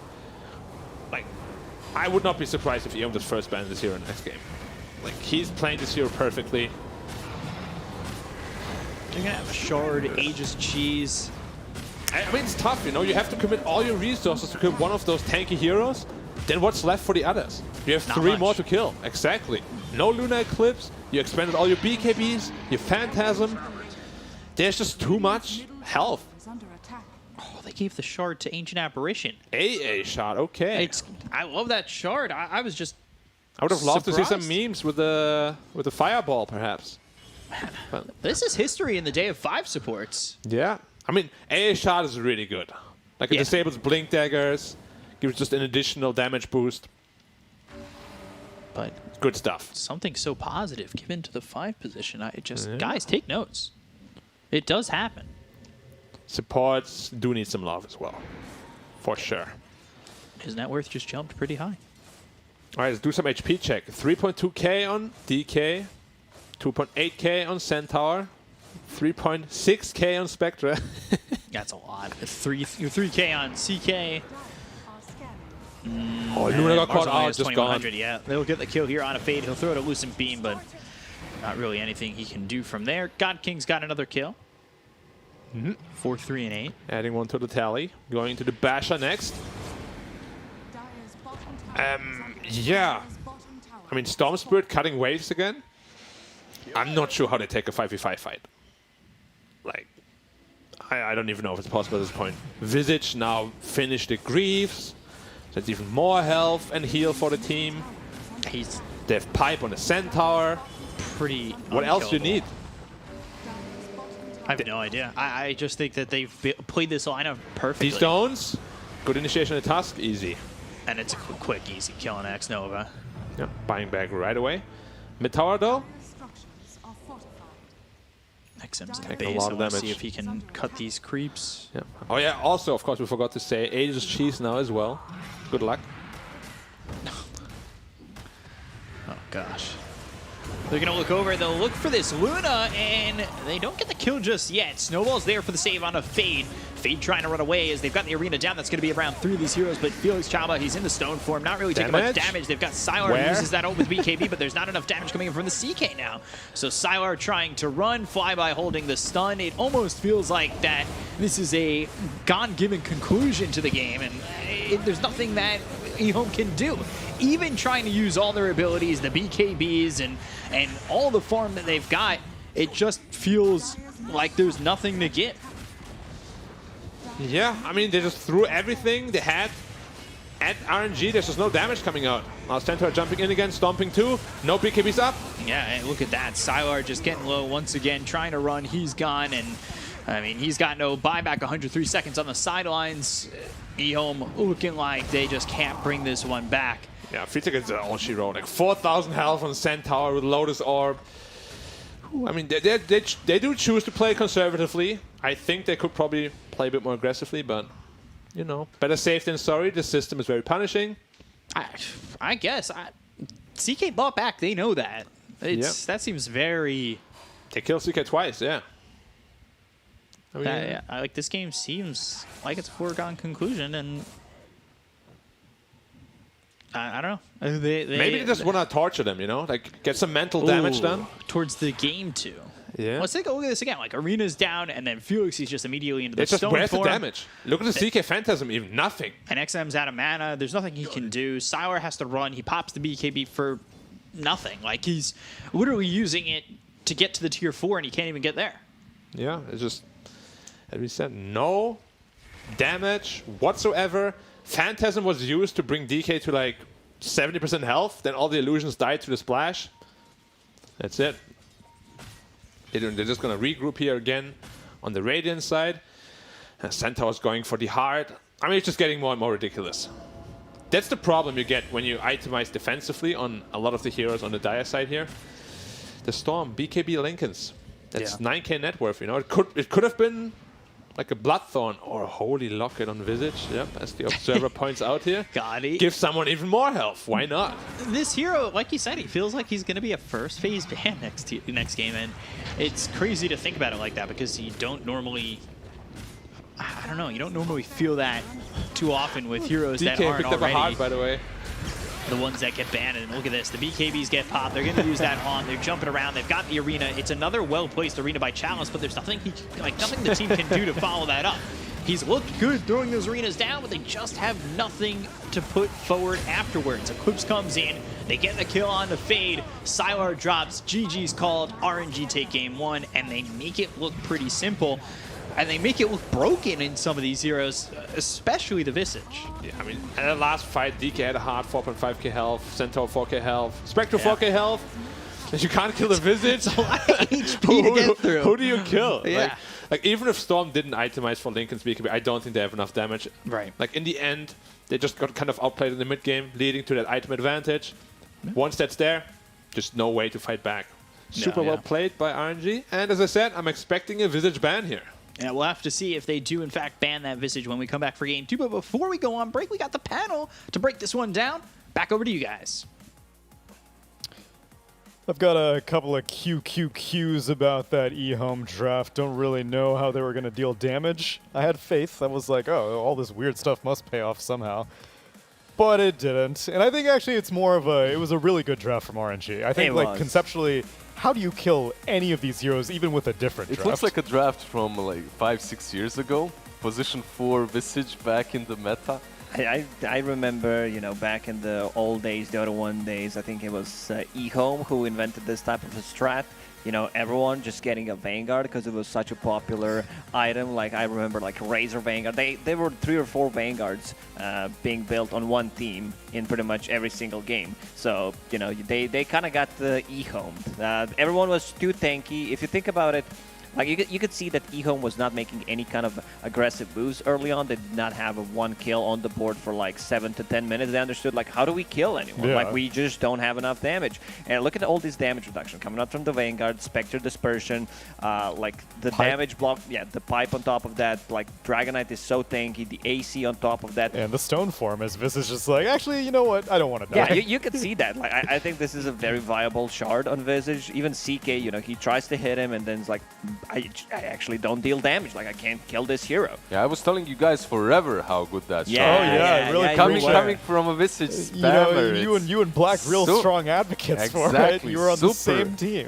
100% super viable. But one thing that you asked us about eHome, you asked if any of these players like XM or Sylar or Fade are as flashy as they used to be. They aren't. They're just stable. They play normal Dota. That's how we saw them in Season 1 at least. And when you're playing versus heroes such as these, you need to be flashy early on. You need to break them before they come online, and they didn't manage to. Like Spectre, Centaur, DK, later on, you're never killing them. Your supports do absolutely nothing in this game. I'm the one who always talks like about itemization, where it like loses or wins you the game. This time around for eHome, like, it doesn't matter. I feel like it's one of those games where we've all been in this situation where you feel kind of useless. No matter what you buy, it's just not enough. No matter what you buy, no matter how you group you need up. to feel like 2 items ahead at least. And even like whatever different map movements they could have gone for, like there was just no one easy to kill. Their first one, I guess they went for was the Visage near the bot lane. It was the Storm Spirit and the Luna. And that was a complete disaster. And they're like, if we can't even kill the Visage, how the hell are we going to kill anyone else on this team? They tried to jump the Spectre at one point, but I think that was more of a joke than anything else. Like, let's try, you know, let's give it a go. It was, what, Tusk plus 1 that tried it. Tusk plus, I believe, CK was around. Tusk and, I think the Mars. And he punched her, and then he was like, actually, oh, no, that's not the target that we want to go for. We can't kill her. She also had Aegis. Then you think, like, who is the target? It's only AA. Like, that's the only hero you can go on and successfully just kill him. Everyone else is way too tanky. They didn't really address the draft of RNG. Visage was unanswered. Centaur as well. Yeah, Mars kind of answers it, but like Lacoste said, Vanguard early on, then Heart, and you don't care. You can even bounce against those walls for as much as you want. This is the problem, because like there's a big difference what these two offlaners bring. Like Centaur brings you this global kind of initiation coming out from the Spectre. On top of that, like he becomes so much more tanky with the retaliate with the Vanguard. Like Vanguard got a buff, more damage reduction, and also 100 gold cheaper, which is really nice. So it's kind of like, yeah, I'm gonna have to go for that Vanguard. It's like 7-minute Vanguard. What are you gonna do about it? How are you gonna kill me? Are you also going to have to go for a Visage ban as we give out our MVP for this game number 1? Felix Chauba making that shard look broken, Lizard. Yeah, that shard, like I told you before, borderline broken. Yeah, you were telling me before that, yeah. Exactly, I remember. After the recent buffs, definitely. Did he do a lot? Yeah, in the laning stage he did quite a bit. Later on as well, you itemize with some utility. He went for Greaves, didn't really greed out with Aghanims or anything like that. But the most important part is you buy a bunch of mangoes. You don't take Grave Chill, you take Soul Assumption and you go to the lane with like 4 or 5 mangoes and you just trade. It's impossible to play against this hero in a dual lane. Especially a hero like Centaur that can build up those charges so quickly for the Visage. You just need a brawler with you. You can't have a ranged hero that kind of likes to do the same thing that you do. Yeah. You need a brawler type. So ban worthy or no? Not in the first phase. I don't think this was the problem. They needed some type of like percentage-based damage against all these like strength tanky heroes. So like they need to start considering, you know, maybe Midnight Pulse, maybe Sunray, something like Sunray that. maybe. Enigma, that hero's in the dumpster for right now. Yeah, it doesn't feel very strong, to be honest. But to go back to the Felix talk, like he has been, I'd say, impressive. Some of the games that I've seen, he always goes for, like, he's Snapfire. Like, this hero needs to go. He's been insane on the hero. I like his item build. Like, I was checking one of the games, and he had, like, 30 minutes Guardian Greaves, Crimson Guard, Hood on a Snapfire. I'm like, what? It looks like a core, considering how much farm he has. And in this game, they did ban out the Snapfire, the Phoenix. Yeah. On the other hand, you also have to, if you don't have first pick, you need to think about Beastmaster being banned out too. Maybe Visage can fit in there instead of the Phoenix, but it's hard to say after only one game. Well, that Malaysian spice is paying off in game number 1 of eHome versus RNG. We're going to hop over to a quick break, and when we return, we'll come back with game number 2.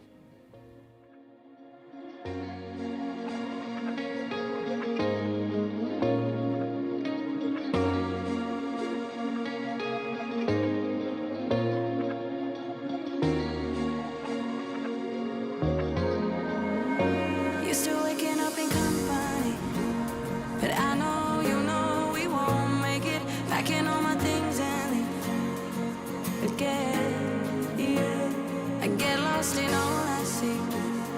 All that neon goes on till dawn, leading to an empty dream again. Yeah, facing nights in the morning, white lies are fading in. Waiting for a sign that takes me back to the beginning. No time for guilt or pleasure. You know I can't do that. I wish that I knew better, better,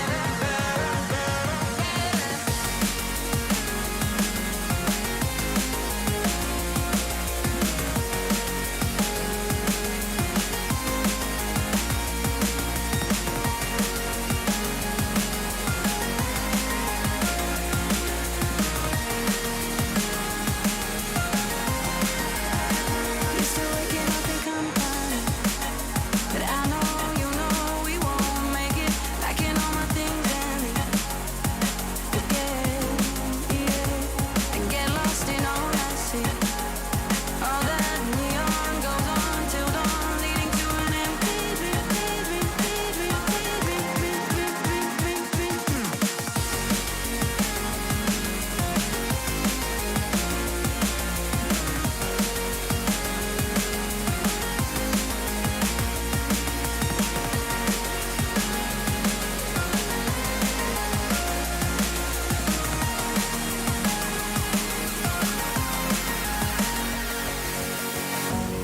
We tried to work this out before, but now I'm stronger.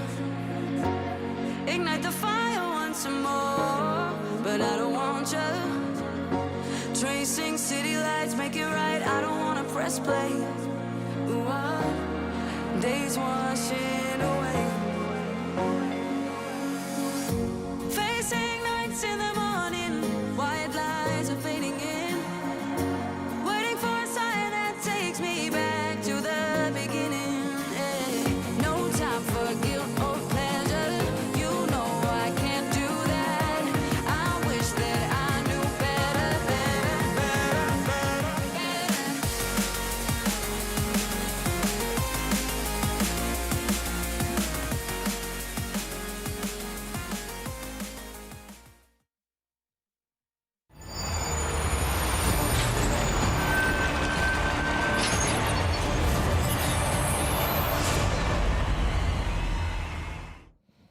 Welcome back to the Dota Pro Circuit Chinese Upper Division, Season 2, Game number 2 of eHome versus RNG. eHome making their first appearance here in Season 2 so far, and RNG, now they're 3-0 right now. What a way to start the season. Things are looking hot for young D-Stones in the gang. Yeah, and coming from the lower division, from the first season, and instantly just putting a good performance. However, the first series that they won was also versus X Division 2 team, right? So sure, but if you compare, let's say, to the previous season where we had LBZS and Magma, RNG is just a huge upgrade. You know, they belong in the upper division. Like some of these names, the way they play.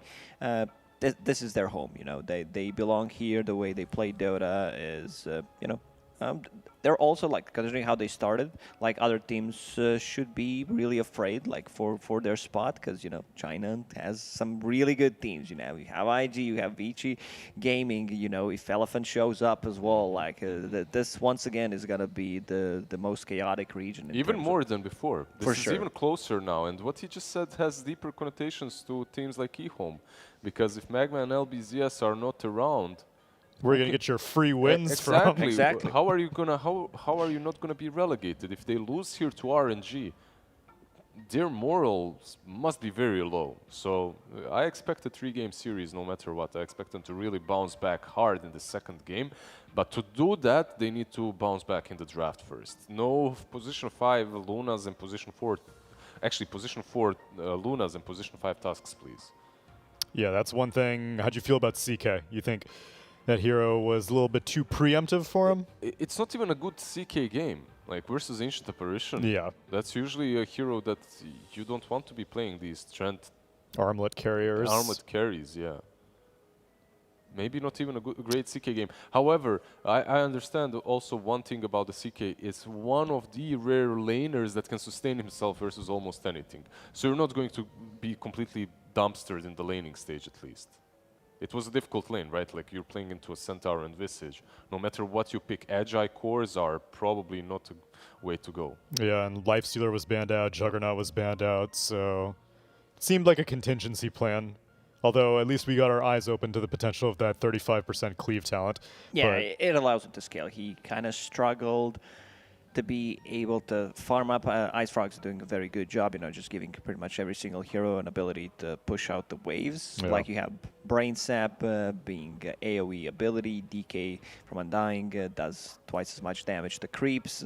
Like he wants to be able, like Shard from AA also, like just ability to push out the lanes. I saw AoE Shadow Word being used on Warlock. Not bad. I think Warlock has a lot of potential in this patch. Like just the team fight, the sustain.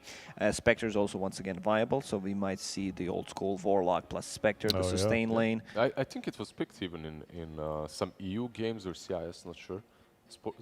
Spectre and Warlock once again. eHome, they're like, okay, we, you know, didn't have anything to deal with the tankiness, so we're just going to open up with Ancient Apparition just to have that covered, which is nice. You know, AA is a decent laner, hero that you always need to be afraid of with the addition of the Shard, as we mentioned. Like, they even gave Shard in the previous game that dropped from Roche, the Ancient Apparition. And this hero was really popular in the first season in the Chinese league as well. Not nearly as popular anywhere else, but Innocence, let's say, why he played it quite a bit. It was even first phase ban material versus them A, sometimes Phoenix.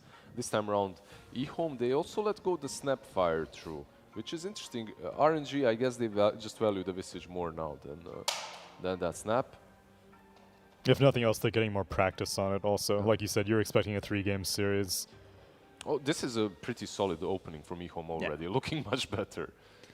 This is the old school combo. You have a global presence, Earth Spirit like rolling in from the fog, setting things up. Once Ancient Apparition hits level 6, ton of magic damage, a lot of team fights. The thing is, like, both of these heroes need XP. They need, like, if things are not going well for these two heroes, let's say they end up being level 4, 10 minutes in, then it's a big struggle. So you need to do stuff. Earth Spirit's still a very strong position 4 that can make, I always talk about, like after the last major, I talk about the rotation where he drags the creep wave behind tier 1, tier 2 tower on the Earth Spirit, then TP rotates to the mid lane and kind of gets the easy kill. And you already have 2 ways of dealing with the layers. So Visage is answered. You have Ancient Apparition's ulti, you have Earth Spirit as well with his. And if you're RNG right now, actually they banned out the Lifestealer themselves, but I would like to see them either have a carry with a built-in BKB or something that buys it very early on. These two supports already just demolish anyone that has no ability to deal with Well, at least magic. for Earth Spirit, I mean, Manta Style's on the come up. At least you can dispel Magnetize. Can't dispel the Ice Blast, though, but... Ice see. Blast follows, no matter what you do. It's with you. Oracle banned out by eHome. Okay, the Purge would be pretty nice as well. I thought AA is like a counter to Oracle, though. Depends. Depends, really. Like, depends how the fight is going on. You know, Earthspread rolls in, uses his combo. You just drop that, you know, magic immunity. They go with Spectre once again. I like that, even though like AA is very good hero against Spectre, but this global presence, you can set things up with the birds. Let's see what the answer is gonna be. Dude, with the Spectre Shard, just kill AA. You get Ice Blasted, and you're like, actually, Yeah. you know what? I'm gonna kill you first.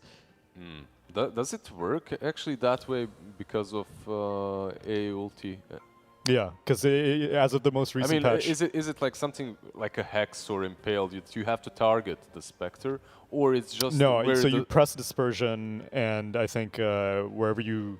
Oh, actually, oh yeah. You're saying if you need vision or not? No, I'm not saying about vision. I'm saying is it damage that was applied to you, or is it a targeted spell that was? No, it's casted on damage you? that's applied to you. You need to that's take damage applied, first. okay. Yeah, yeah. By the way, the moment they picked AA, they banned out the Nature's Prophet as well. Why? Because AA hates playing against any sort of summons and whatnot, but RNG, they find a different one, they go with the Enchantress. Okay, Darkseer, One Punch Man. Like we might see it here. I think it's very viable because it got buffed quite a lot. I believe it's like 80% outcome damage. Yeah, and the range to max out is much more. The only problem is it's countered. It also, the reason why eHome banned out the Oracle, we were talking about it a little bit, they banned it because they're picking Darkseer. That's why they banned it. However, RNG, they find a different answer in a form of Enchantress. Arguably a better one, because now she can steal the replica illusions also. Sure. Yeah. And she can also steal possibly that illusion from the One Punch. Not yeah, it targetable. should be. It's targetable, but you never know with Dota 2. Like, True. we did not see this interaction, so you never know.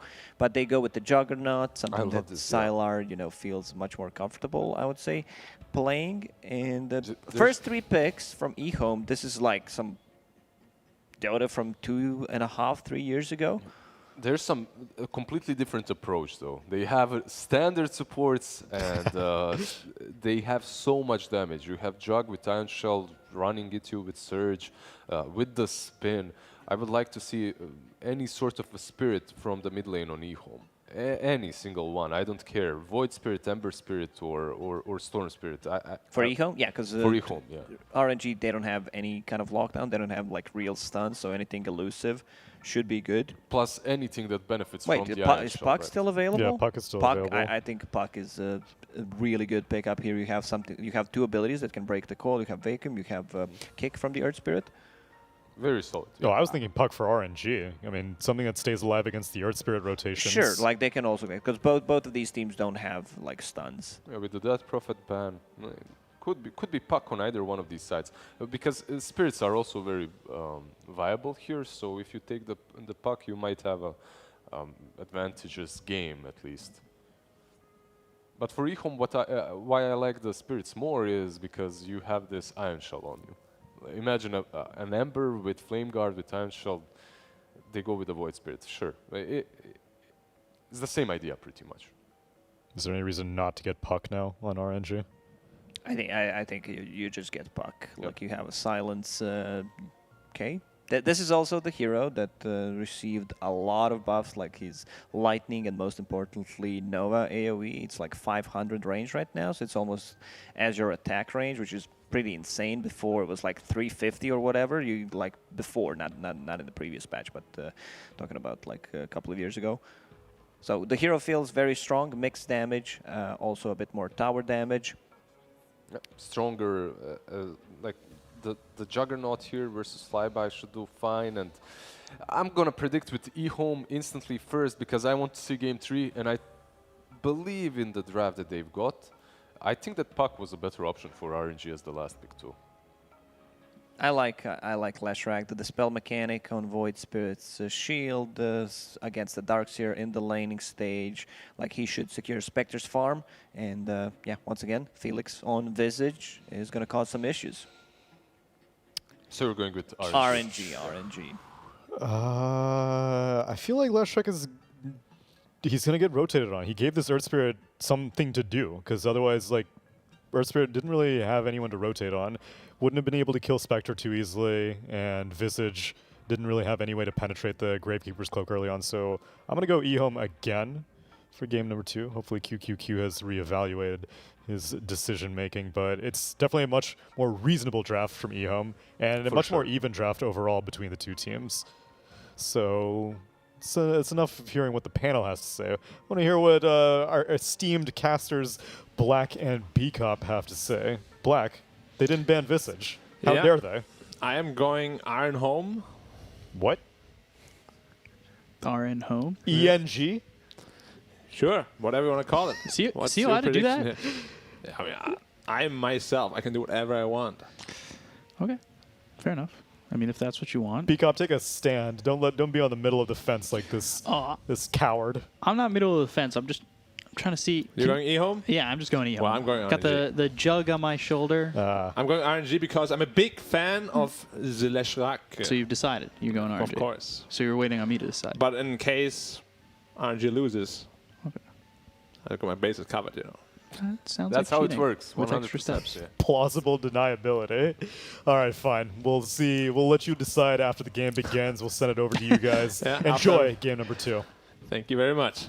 Yeah, thanks so much. After 20 minutes, I'll be like, okay, I think I'm choosing RNG. 20K net worth lead.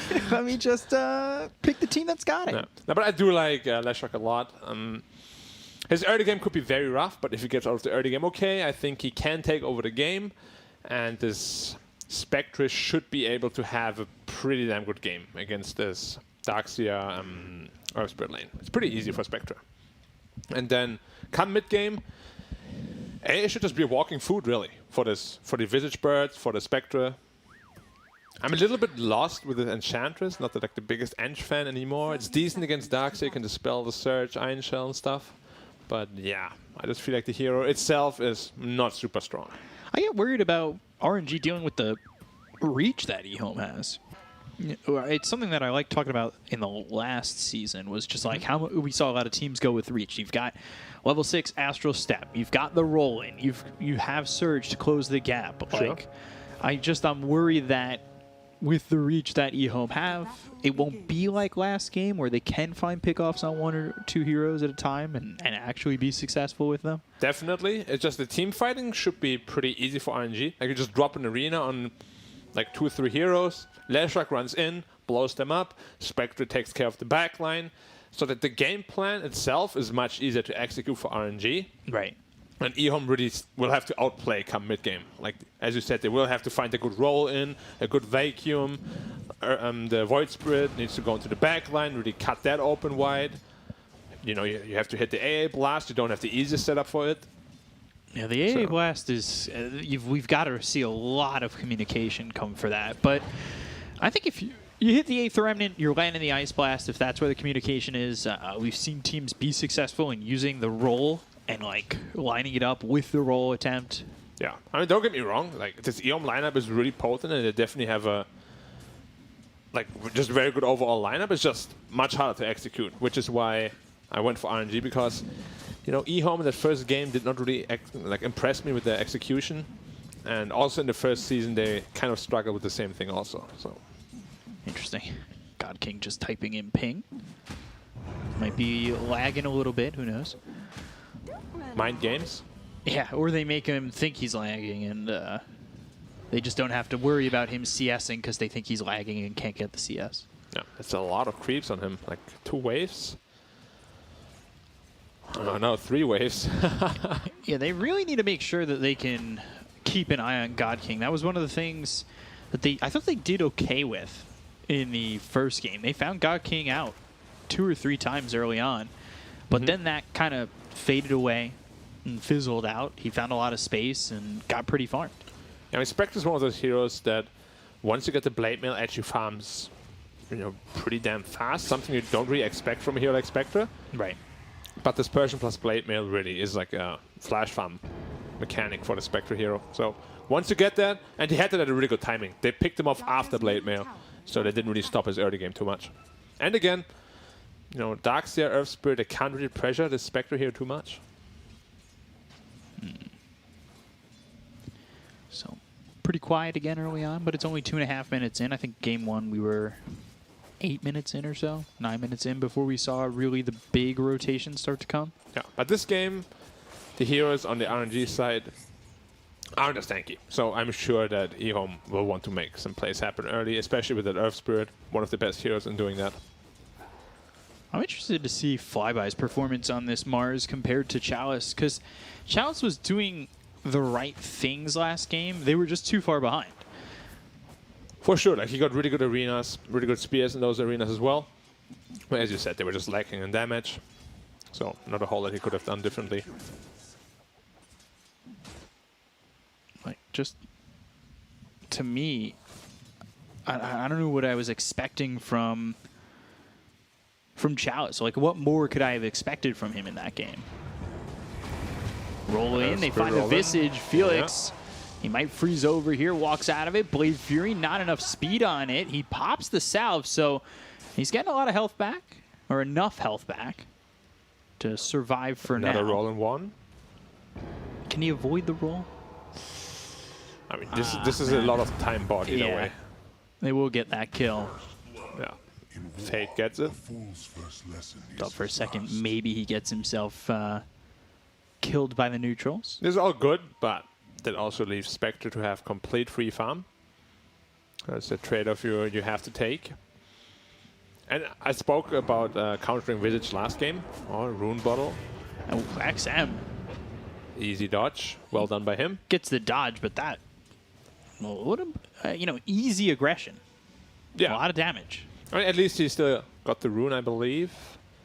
No, actually Super stole that rune, so he could not refill his bottle. But at the same time, Fate also taking the rune away from Leshrac. And Juggernaut, I like to pick up against Visage simply because you dispel the Grave Chill, and we spoke about a lot of damage instances here against that Gravekeeper Cloak later on into the game. Gonna be a much easier kill than last game. Another spin. Right on top of Felix this time, but gets away from it. A little bit easier than the last. Yep. Darkseer just cutting waves now, which is not that easy against an Ench. And he's also constantly throwing daggers with the Soaring, getting perched up now, but Super can't commit. He knows the Earth Spirit is there. Yeah, tough. If he wasn't inside the trees like that, I would say he goes for it. Potentially, yeah, but that could also be a pretty bad bait. Because, Earth Spirit, of course, one of the best combos with the Darkseer. Right. Oh. X-Nova falling to Felix here.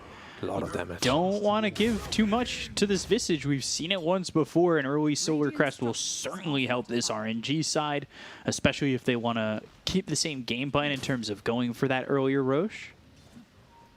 Having that earlier Roche, then going to the Shard, things can become problematic quickly. Super now getting chased down, and one more shot. Is it going to be the Ion Shell or Super, who, just survives there? Chalice dropping to God King, and Super, how is he getting out of this? Well done to stand in front there on Fade, and they're going to get it both. They play themselves. Yeah, of course, very high movement speed here on the Enchantress. Managed to get away with like 5 health. Well played here by the Radiant team. Also good rotation from the Visage. Making sure to support, or rather save, the Enchantress. Yeah, I thought he was dead too. But I mean, even if he dies, to get the 2 kills is still very worth it for RNG. But now not getting the kill at all just feels very bad for eHome. As I said it though, XM comes and cleans up the job. Little assassin. It's good for XM. I think, honestly, also fine for the Enchantress. Not a lot of mana left. Dealt with that gank over bottom. Just die there. TP back. You'll be okay with that. Yeah, we see 0 levels in Edict here on Leshrac, so there won't be any tower pressure coming out for quite a while. You surprised by that? I mean, I love Edict. Like, the main reason why I pick Lesh and like him is that Edict bot lane again. Spectre makes it out, the Remnant missed. Oh, they're going to have a TP coming through from Felix. That means a lot more damage potentially. But, oh God, right onto Felix. He TPs into death. And with that, God King, he's quite low. They throw down the wall, but that is nowhere near where they needed it to be. Interesting wall position there. I thought they wanted to go for the Spectre, but I guess not. I forced a lot of rotations, though. I think the only one who didn't come bottom was the Mars. Mm-hmm. But that's okay, because Spectre TP'd back to base, so he can just take over the middle from the Lash now. Going to Eul Scepter first on Lash. Flyby going for the Blink.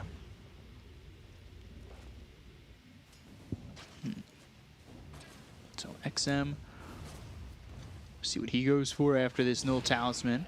He's sitting level 7 right now. Dire's bottom tower is under attack. Yeah, it's still a relatively slow game again. Yeah, just 3-3 at the moment. We didn't really see that party over mid. I guess it took place in a different location, which was bottom. And again, they will find this Visage a lot different than game 1. They are really looking to shut down Visage. But I guess the question becomes, is shutting down the Visage enough to really mitigate what happened last time? Because you're still going to have Mars having an open time, and I mean, God King hasn't died yet, so he's farming well. Yeah, I feel like actually the start is very similar to the last game, where he only was like level 4.5, he got the Torm, gets to 6, Sylar, no spin, and they know it. And they've got the Arena as well as the Spear. They'll come up with the Haunt, they'll get the kill on the Sylar. That's well done by God King. So you see that a lot with Spectres. You find someone low, you get the pick off, maybe even move to farming there. He's actually just going to walk back towards mid. That's a great opportunity there for him. Yeah, there was like a super good recognition here by Flyby. Oh, Silence, super. Trying to heal through this, but the vacuum back won't Shell survive. damage too big. And the Nature's Attendants can't attend to all the wounds quickly enough. Yeah. Not the best friends of nature, possibly. Do you like nature? That's nice. I like it. Are you like, do you caress nature? Like you see a flower, do you like, you're like, oh, that's so beautiful? I'll take a picture, you know, a nice little nature picture. But I don't want to disturb nature too much. You know, just let it be. More like the nature's prophet kind of nature guy, or more like the enchantress kind of guy? I think they're both a nature person. Sure, but they're different in their approach. Super again, he TP actually back bottom again. And they're just going to go in with the roll. They've got the Silence, and the Ion Shell damage is just too much. He's kind of just feeding down here. Like he TP'd in, died, TP'd in again, died again. It's not the right place to be at. Sylar getting chased here. One more shot. Diabolic Edict. He's going to chase through the tower. Might be able to get this kill and will. Sylar going down twice as well. That's 2 big back-to-back kills. I'm going to say Super died twice because of Ice Frog. Had the TP. Dies, gets the TP, dies again. But if you use it every time again, do you actually get anything? Yeah, but he wouldn't have had that opportunity to TP down there in the first place. So you're saying Ice Frog killed him? Yeah, I'm giving him the benefit. Okay. Sure, I like that. Always stay positive. I wouldn't have TP down there if I didn't have another TP. That's my new excuse. Visage now level 6, birds up. Let's go. This AA? Never mind, just farming. Mars getting pulled in. Aether Remnant roll through, has the Arena, and that's the Arena off before the Geomagnetic Grip. So he missed that roll on a pulled target. And he just runs away. I just run. Oh. He's going in further? No. No, the Magnetize wore off. I think he thought he had some time. Yeah, now Spectre will have that Blade Mail farm mechanic. So he's going to be very happy. And yeah, Sylar, he was at the top of the network for a very long time, but those 2 deaths really put him far down. Still is a jug, though. Yeah, but his Battle Fury probably got delayed by at least 2 minutes with those deaths. Right. And that could be the difference maker for sure. Yeah, like at this point, you know, I was looking at like a 14-15 minute Battle Fury, which is still possible, but yeah, like if he dies one more time, like his game is really, really going to be rough. Because the matchup into the Spectre is not great. Once he has Manta Cell up. Oh, they're going to the Spectre. They've been caught. Yeah, they've got the Ice Blast as well as the wall. They're going to throw everything in the kitchen sink to get this kill. Space created, he says. But for whom? Leshrac. Potentially. Nice team player. Leshrac, you were talking about the buffs he received and how it feels like just the Kaya in general was like enough to really make him feel a lot stronger. Yeah, I mean, Jules is also still very good on him. I mean, just overall the general situation of the mid lane, you know, with all the runes early game. It's a very strong hero right now. We'll see if he does end up going to the Bloodstone, which most people do. Yeah, there's 5 heroes middle here for eHome. Man, they're just looking to grab a tower. Yeah, no glyph. They do have a haunt though. Interesting roll. Silence. Ice Blast coming through. Great Arena. That is a spear that lands here onto the Earth Spirit of Fade. Chalice run down 2 kills here already for the side of RNG. They're No getting the kill to again. flyby. And now they might be able to catch him once he's out of the Omni Slash. He bounces over to the creeps. That's actually beneficial for him because it gets him away from the side of RNG, but just not far enough away.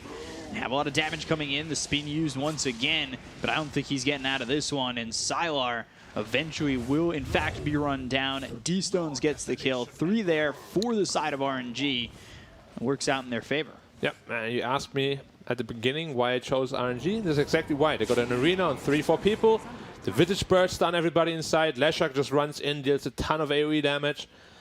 And it's just really easy to execute for RNG here. Can see it here again. Good haunt, good arena. Leshrac on the sideline, dealing a ton of damage. And it just looks easy, right? Like they walk in, nothing fancy. Just getting out damaged and out AoE'd. When I chose RNG, I'm gonna remember that. Yeah, I told you. Told you. Fade in trouble. Not even 20-minute mark. Fade goes down to D-Stones, and you're starting to feel this Leshrac kind of pop off. Get into, the boots of travel. He'll have the Yule soon, and we can see with Kaya, it could become a big problem. Oof. Ice Blast off the mark. Wall even committed for this. They're going to Astral Step again. Flyby, I mean, he's getting chased. Nature's Attendants come in for a second to try and heal him up. They've got the Dissimulate and the finish. Finally end up getting him. That's a lot. Yeah. And a lot of time. Yeah, Leshrac now, Youth complete, or rather in 100 gold. And Spectre is also just free farming, closing into the Yasha now. Once that Manta Style is up, Roshan is a very easy possibility again. And that the Juggernaut is going to feel just so much weaker as well. Like bouncing between those Visage Birds, as well as the Spectre illusions. With the Haunt, you could get even more illusions out. Gonna be a tough Jug game. Battlefield, how's it looking? 200 gold away. Without those 3 deaths, you probably would have had it like minute 12 or so. Which is obviously just a big step in the right direction if he was able to get it that timing. Yeah, I mean, he will still have it at a respectable time. It's just nobody was hoping for. Yeah. Visage going straight into the pipe. Yeah, I was just going to bring that up because Enchantress is the one going for the Solar Crest. Mm-hmm, yeah, interesting. Also, the pipe recipe is 1,600 gold. It's a big investment. See if it pays off for them or not. It's a different investment, too, based off last game. It is. Like, Solar Crest is just, at least for me, I always thought it's a must-have item on this hero. It's because you farm faster, you do more damage. X-Nova? They're going to go through here, look for Super. Pretty tanky, has the Nature's Attendants now, but still just level 1 on the Nature's Attendants. They don't get the kill on a Super. They're going to look over now at Chalice, who's stunned up again, and they get the kill on the Darkseer. They don't even finish Super. And that's a level 1 Nature's Attendants. Haunt committed. Yeah, they will find XM, but they don't land the stun. He's already used both of his jumps. That's a huge blast on 3. Yeah, that'll deter them, I think, enough, but they want to keep going, look for this Ancient Apparition. I say it's going to deter them, but they still get a +1. It's just X-Nova. Still, I guess it does save them at the end of the day. It's good. Still 2-for-0 trade. All heroes were there from the Dire side as well, so nobody was really farming. And it could have been even 3 heroes if D-Stone managed to land that stun onto the Void Spirit. It's a pretty rough timing. Like, you gotta hit it almost perfectly because otherwise you'll just step away. Frame perfect. Yeah, of course, Void Spirit is the best step bro we have. Potentially a spear here. Yep, connects. They find XM with the stun. He doesn't have an Do they extra have step enough to work damage? with. They've got the familiars. No. There's the dissimilate XM away. It's close, but not enough just yet. Yeah, he tried to do the thing where he stun, resummon, stun, but not lasting quite enough. Quite long enough. Now if they kill those birds, they're on cooldown for a while. Yeah, a good 2 minutes. And without those birds, Visage is nothing. What is it, Papa Bird without baby birds? Not a father. Exactly. So he would just be a bird. Yes. He wouldn't be Papa Bird. No Papa Bird for you. Lash straight into BKB. Okay, I like it. A lot of magic damage coming out here. And he can save himself from the Jug with that already built Yield Scepter. Or did they see the Juggernaut under the ward? If they land a spear, he could die very easily. Sylar, does he smell it out? Does he sniff it out? Oh, it smells suspicious, yeah. Or does it? Well, he moves back forward again, and they... I mean, they know he moved forward. They had that ward. Yeah, they wait. Nah, they're not going to do it. They're afraid because the entire team is missing. And they just smoked up. Yeah, they smoked up, but A was like, oops, I didn't D-ward before we smoked. And then he broke the smoke because, of course, they've been seen. Spot a rookie mistake. Which is surprising for someone like Xnova. Yeah, like he's usually very aware of these kind of things, but, you know, maybe it was like a pressure situation. Gotta go fast, otherwise you waste too much time. And they might still get something out of this. Yeah, I'd be pretty surprised, and if they do, Ehum got to be happy that they got something. I mean, Visage has pipe, though. It's so damn tanky. Yeah, I don't think they catch him. Which they won't. He'll continue to farm. Wait, wonder what he goes for next. Why does this hero already have the stone form ability, even though he doesn't have the shard? Am I seeing something wrong here? It's for the familiars. Or you can use it on the main hero and the familiars use it? Familiar. Oh, they made Visage quite easy to play then, huh?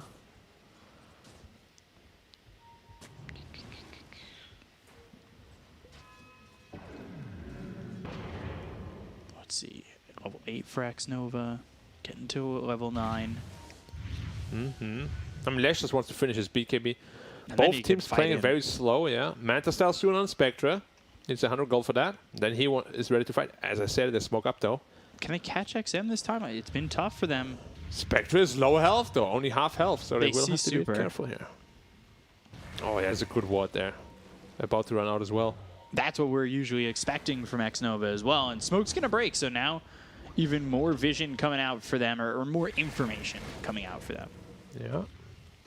Familiars, Astral Step in the silence. Ice Blast being thrown, but they got the stun on an Xnova. They'll use that arena to get themselves one. One more step. XM, Dissimilate. He's out of the fight for now. May jump back in. Omni Slash Omni did bouncing around, nothing. and it really didn't do anything. They've got the Magnetize as well as the wall down. Silence on a 3 of these heroes. And this is becoming a problem. XM's Ags has really felt strong. They've got the Blade Fury right on top of Felix, but it's not going to be enough damage once again.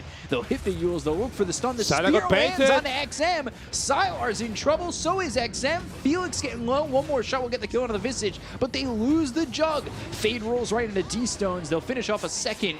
These heroes need to try and TP out. Oh, just in time.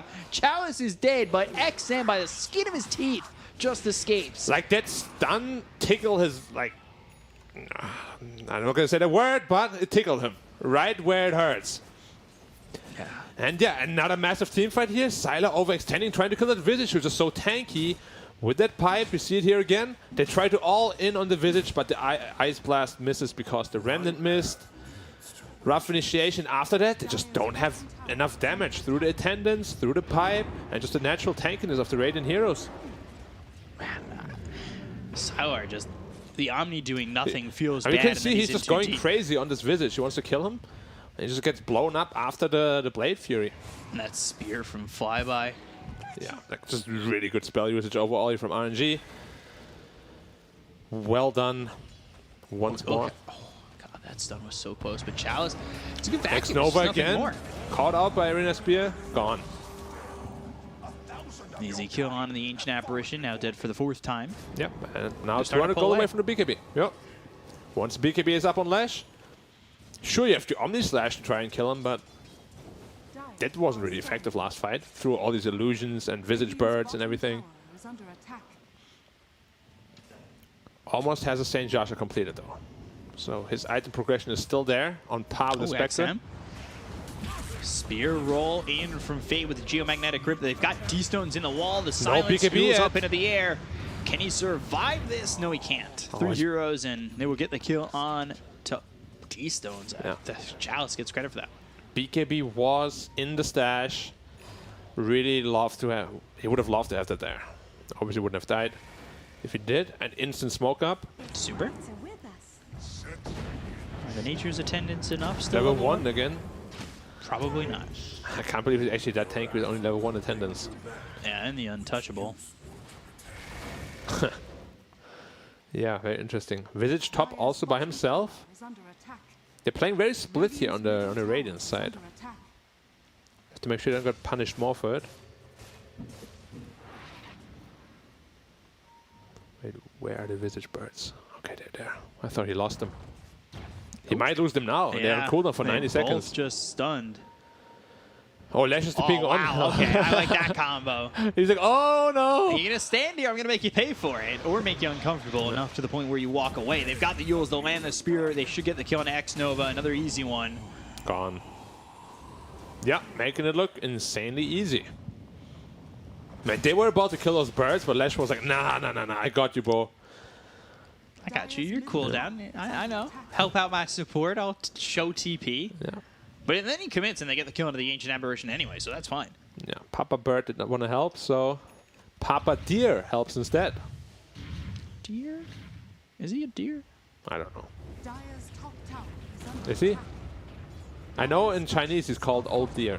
Is he? Yeah, well, I don't know if he's a deer in Dota 2 though. In Dota 1 he was. What's a unicorn with 2 horns? Radiant's A deer. bottom tower. I guess. Not as magical. You don't need to be magical. Everybody's built differently.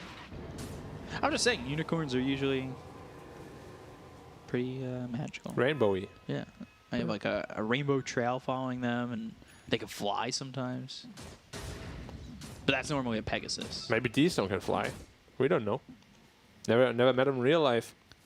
No, neither have I. He's going into the Kaya now. Yeah. That's what I've been waiting for.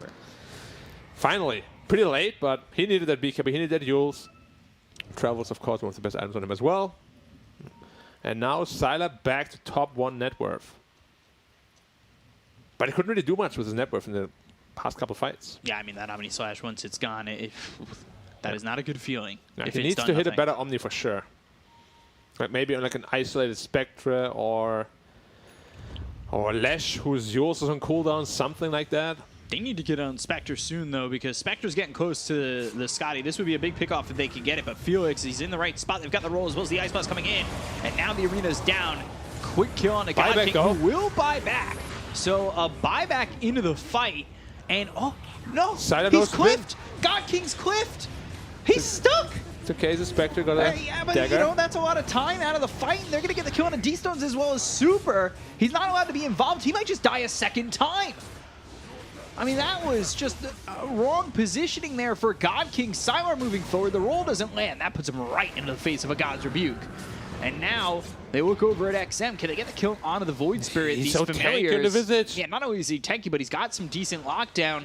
They do have a Blink Dagger. They could jump forward, avoiding the Aether Remnant. God King moving forward with the Spectral Dagger. Spear that hits on the Ancient Apparition. He does get a kill. I thought for a second he wanted to go on an He's XM. so slow, 100 movement speed. He can't move away from this at all, and after all is said and done, I know they bought back on God King, but this might end up being worth it.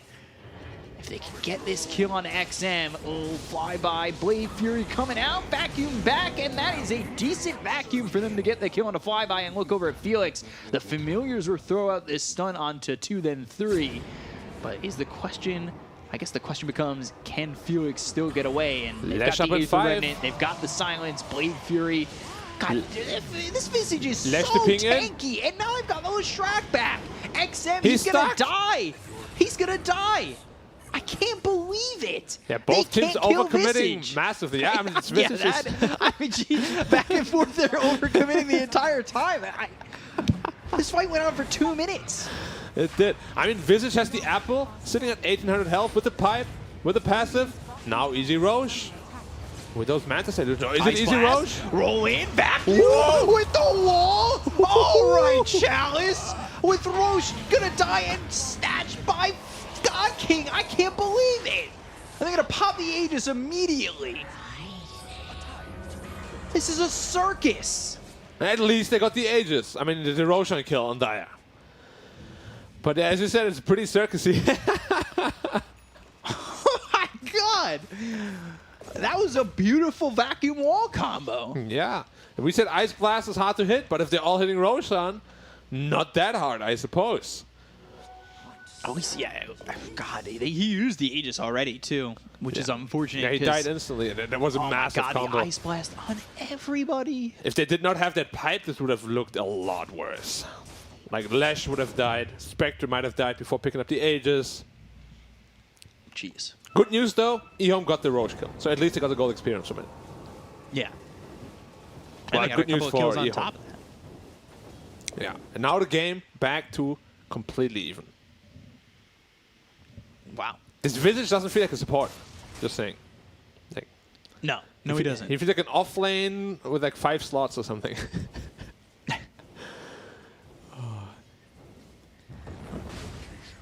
He's going for the Greaves again. So Yeah. just sustainability this Pipe time. Greaves on this hero is And Shard. kind of redonkulous. Yeah. Yeah. Super. Crest finished. Falcon Blade finished. Going into the Lotus Orb. Which of course is one of the best items against Juggernaut. You can ever reflect that Omni Slash. It's a huge problem for the Juggernaut, obviously. Who's going straight into a Butterfly. I like that. No real way of piercing evasion on the Radiant. I mean, Desolate goes through it, but that's pretty much the only thing. Could be negligible to the point where Butterfly feels fine. There's a Scotty, though. Uh-oh. Now Spectre back to 3.5k health territory. But AA is really one of those tank breakers. Like, you hit that blast, a tanky hero really doesn't feel all that tanky anymore. And the Ice Vortex, of course, also 30% increased magic damage. They do have ways to kill a Spectre in this game. Ags and Shard for Void Spirit. Okay. Man, level 17 already on his Visage. Actually transitioning into becoming a core. Yeah, like an off-lane utility, like you said. Yeah. But we'll see if that's enough. Leshrac with a Cloak of Flames, not lore friendly. How so? I don't know, this doesn't strike me as a fire dude. Like, he's a forest guy, but he's wearing a fire cloak. That sounds kind of counterproductive. Yeah. You don't want to be causing any forest fires here. You know, there's a bird that does that on purpose. Is it a Shrug bird? No, it's an actual bird. I don't know much about birds, just about Papa birds. Yeah, it's a papa bird trying to feed its family. I think it originates in Australia. Of course, where yeah, else? of course. Yeah. And so Australia has like those natural forest fires that happen, and this bird hunts during those fires when animals are fleeing. Oh, he's like wrecks them while they're scared? Yeah, but the panicked? kicker is that bird, then when the fire goes out, he picks up a smoldering like branch, throws it on the new trees that these animals are hiding in, and burns that part of the forest down as well, and forces them to flee. And that sounds really savage, actually. Yeah. It is. It's crazy. Yeah, it sounds kind of like a video game. Like, I did not think birds would do that. This bird is evolved into just being a massive killer. Will the Mars be a massive killer with a smoke up? Should be. XM. Good silence. Geomagnetic Grip. That's going to silence him up. They've got the Magnetized down, but BKB's been popped by Flyby. He'll run. Ice Blast coming in on a super, and that will land. Visage got caught. Ooh, there's the roll. Visage is hard to kill. Is it going to be quick enough? Can they get the kill quick enough? And it just doesn't look like they can. They're still chasing, and it just goes into stone. He should be dead. He's going to be dead, but there's space. Familiars? Oh, he summoned the birds. They're both dead. No, Felix. All right, that hurts. That was greedy. Yeah, that hurts. Like, the Visage, even after respawn, not gonna be a hero. Haunt also expanded. How are they gonna defend this high ground? Are they just gonna give it up? Perhaps. I think they have to. Well, they're pushing top. Yeah, but there's just nowhere near fast enough to really push. Oh, the jump. Tower here or anything. Great jump. Can they follow this up? Yeah, but if it's just a tier 3 for a tier 3, then I think you're okay with that. Oh, Spectre peeking into the front lines. Arena. But they're not trading. They've got the Arena. There's the vacuum into the wall. They'll get the Kona Super. They'll take out the Enchantress. They'll look over at T-Stones with BKB popped. God King gets caught by the Aether Remnant. Flyby's also dead, and they will get the kill on the God King. eHome, they clean house, and I don't know if RNG are going to call it, but I guess it depends. eHome, they'll try to go for tier 4s. Yeah, I mean, what can you do? They'll call GG. They'll even it up at 1. Yeah, this time. Just one bad fight.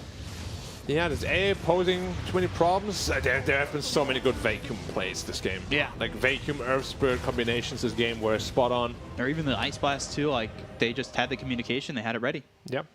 That was really eHome well done. looking way better than in game 1. Yeah. Admittedly, game 1 was kind of an outdraft. Like they couldn't really show how to play Dota because they just weren't allowed to play Dota. This game, they look very crisp. Good draft. Adjusted their draft nicely. Picked a lot of dot damage against that Visage Cloak. Yeah, well played, well executed, well drafted. Yeah, well, it looked really good, and you know, you come off a game 1 like that, maybe you don't have the, or people watching don't exactly have hope in the team, but they get it done. Get the job done, yeah. Game 3, see if they can take it. Yeah, so game 3 coming up next, but we're going to throw it over to the panel first, break it down, back over to you guys. I was one of those people. I was losing hope. I was like, eHome. Blizzard was all, they got to get free wins. They're not going to get the free wins. They're going to get relegated. I'm like, this is eHome. This is Sylar back in the seat. And then he died like 3 times as Juggernaut in the lane, and I was like, oh, never mind. I guess eHome isn't that great. But they managed to turn around the latter half of the game. Lacoste, how'd that happen? Some good execution, you know, good spell usage, especially like inside the Roche Pit. You could see Chalice on the Darkseer Vacuum into like Earth Spirit Roll, AA Blast. They executed it 2 times, and I thought RNG has this game, you know, the way they played it, but a couple of mistakes, and suddenly eHome is in the driver's seat. Yeah, I feel like eHome just overall had a much better draft. It's just about the execution in the early game that made it look kind of wonky for RNG. The later you go into this game, yeah, you're playing versus Spectre, but you scale really well, and all your heroes synergize so very well together. From the Aghanims on Darkseer with the Anshels later on the Void Spirit, on the Jug, from the A and Earth Spirit and the amount of magic damage that they dish out. It's very difficult for RNG to even catch any of them. Like the Void Spirit is very elusive, and all the deaths that were on eHome's side were pretty much their own fault, in my opinion, at least. But yeah, decent game 2. Looking forward to game 3. This is what we expected. We didn't really want eHome to fall down without a fight. I still look at this last pick, Leshek, and I would have preferred a Puck. Yeah, Puck would have been better. I agree completely. They needed some playmaker that's a little bit more active, a little bit more elusive, and also something. Yeah, you don't do well versus Void Spirit in the lane, but if you play your cards right, you can be a significant threat to him later on. It's just they did not have anything against Void Spirit. He could move in freely out and in of the fights, whatever was necessary. No BKB piercing abilities to stop the Juggernaut spin, even though they caught him multiple times, like Sylar was caught out of position. Some bad Omni Slashes at the start, but in the end they managed to get their stuff together. Also, like, the stronger the heroes get inside of RNG, the stronger the illusions are. Ancient Apparition this time around against tanky heroes. Leshrac relatively tanky, same goes for Mars. And, of course, the Spectre, like, they get hit by AA Blast. I think AA had an amazing game. Like, he pretty much rolled them over with those blasts. Yeah. They were really on point. He wasn't able to roll on them with the Tusk, but with the AA did much, much better. Overall, eHome's teamfight execution, like you said, the vacuum, roll, Ice Blast combinations, it gives me a lot of confidence in this team moving forward because they looked scrambled in game number 1. And it's probably because their draft just did not like Black said, they weren't really allowed to play Dota with the draft that they had in game 1. It's night and day. For sure. Just if you look at the amount of damage that they can dish out with the first draft and the amount of damage that they just naturally get from levels on the second draft, it's night and day difference, really. I would really like to point out this Darkseer as the main hero in their whole draft. Everything else synergizes around him, but we don't see a lot of Darkseer recently, at least, and you shouldn't be surprised by it, but as in with everything in this game, if you don't see it for a while, that Ion Shelf, suddenly you're ticking down real fast. Even if Enchantress takes one down, there's still 3 around you with the Aghanims, so it's quite a big chunk of damage coming from him. And control, obviously. Yeah, I thought Enchantress being the answer in the laning phase would have been adequate to shut down the Darkseer, and he was having a hard time. But then Super showed up bot 3 times in a row and got rolled on by Earth Spirit back to back to back. Like Enchantress's job is to secure the lane. Like eventually in the mid game, if you survive, you're gonna be taking over one of these illusions, dispelling the search. Like you have one enchant, but they have multiple Ion Shells. It's good for the laning stage. Like he did his job, and also the couple of deaths that you mentioned. It's better that he dies than any of the cores. True. So it's Super has been doing his job. Like I think he did pretty well. Kind of expected the Glimmer Cape, to be honest. So the Falcon Blade? Yeah. I mean, maybe he wanted to scale, and then he wanted to go back for the Hood after finishing the Solar. Glimmer Cape is just too good. Too much magical damage. The Invis could potentially save a couple of heroes, and great against the Omni Slash as well, because Juggernauts, these carry players, they don't like to carry any dusts. Well, you'd be hard-pressed to give an MVP to anyone other than Chalice on that Darkseer.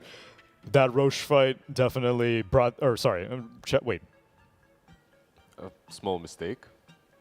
He played Darkseer. He's not Mars, but okay. Yeah, the vacuum in the Roche pit definitely brought them back into the game. I think if they didn't win that fight, things were going to get out of hand, and Spectre was going to become unkillable, but they managed to pick off the Aegis quickly thereafter, and then that last fight near the racks pretty much sealed the deal.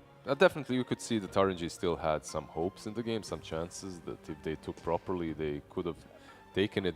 But the execution of eHome's draft is way easier. Ease of execution, it's one of the main things when you're drafting, right? In the first draft, it was the RNG's draft just played itself. You have these 3 tanky heroes, eventually you won't be able to die. There's just not enough damage coming from eHome. This time around, it was pretty much the reversed. Well, it was well done by eHome, and thankfully we do get a Game 3, because I want to see what the Chinese upper division is capable of. I'm seeing heroes like Visage, I'm seeing heroes like Darkseer. Let's stick around after the break, and we'll see what heroes will pop up in game number 3.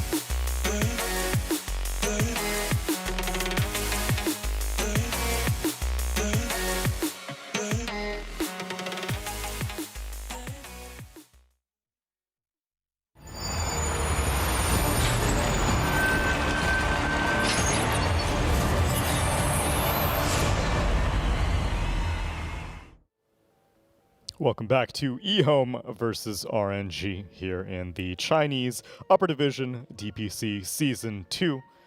We've only had 2 series, but it's our first Game 3. Hey, in the Chinese Upper Division. You wanted it, Lizard. You wanted the Game 3. We're getting the Game 3. Of course I wanted it, especially in... it is only the second series of the season, but this series means a lot to both of these teams because it kind of sets up the stage for how well they can expect themselves to perform versus the not more experienced teams, but teams that were fighting for the wild card slot or perhaps even the top 2 spots in the major. So yeah, it's a very interesting one. If RNG takes it, they're gonna be 2-0, which is a pretty big deal. Them coming out from the lower division, you know, getting the upgrade and now playing with the big names. I still feel, you know, RNG, they got it. They kind of threw the last game. Yeah. Spectre after that buyback, you know, I liked what the plan was. You know, they went in, Spectre dies, like they definitely didn't expect Spectre to die there, but they used the opportunity, instant buyback, we'll take that fight, take the Roshan, get the Aegis on Spectre, which is something that we see, you know, it's not an uncommon move, but they couldn't get the... Like, they got the Aegis eventually. Aegis popped straight away because of the great combo that they executed and kind of nullified that buyback and just set the tone for the rest of the game. I agree completely. Do you agree with me that sometimes you go with a draft, but very often you see the teams play each other out with different drafts and you feel that one team is a little bit stronger? I feel that way for RNG right now. I have this...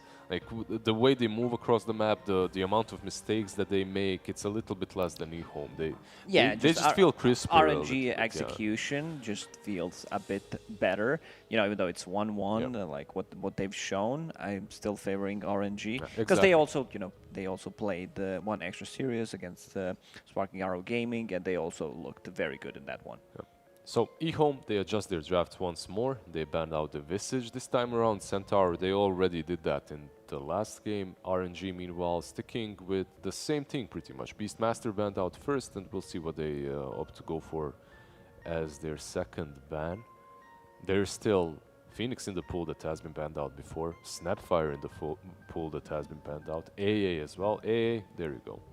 That's the answer. RNG is like, yeah, they managed to get those good AA blasts on us. We also had some tanky heroes in game number 1.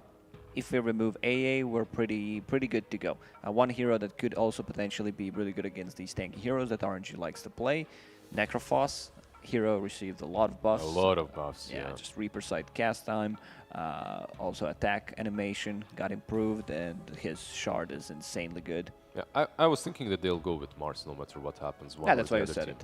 But I was letting you finish your Necro talk. That's why I didn't say I was thinking they were going to pick Grimstroke. No, I mean we've seen Mars in the first 2 games. Sure. And Grimstroke actually wasn't banned out, so he's not as favored here. But why Mars? Because you have still Phoenix and Snapfire in the game, and both of these heroes really.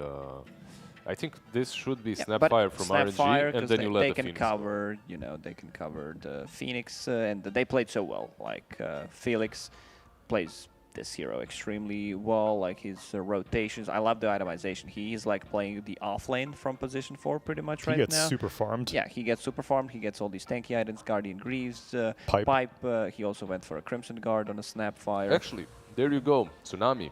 There's my boy. There's your boy indeed. Man, Grimstroke, I've been praising this hero, but the win rate of this hero every single time in the other regions, I check the Grimstroke. He just loses, whether it's a core Grimstroke, whether it's a support Grimstroke.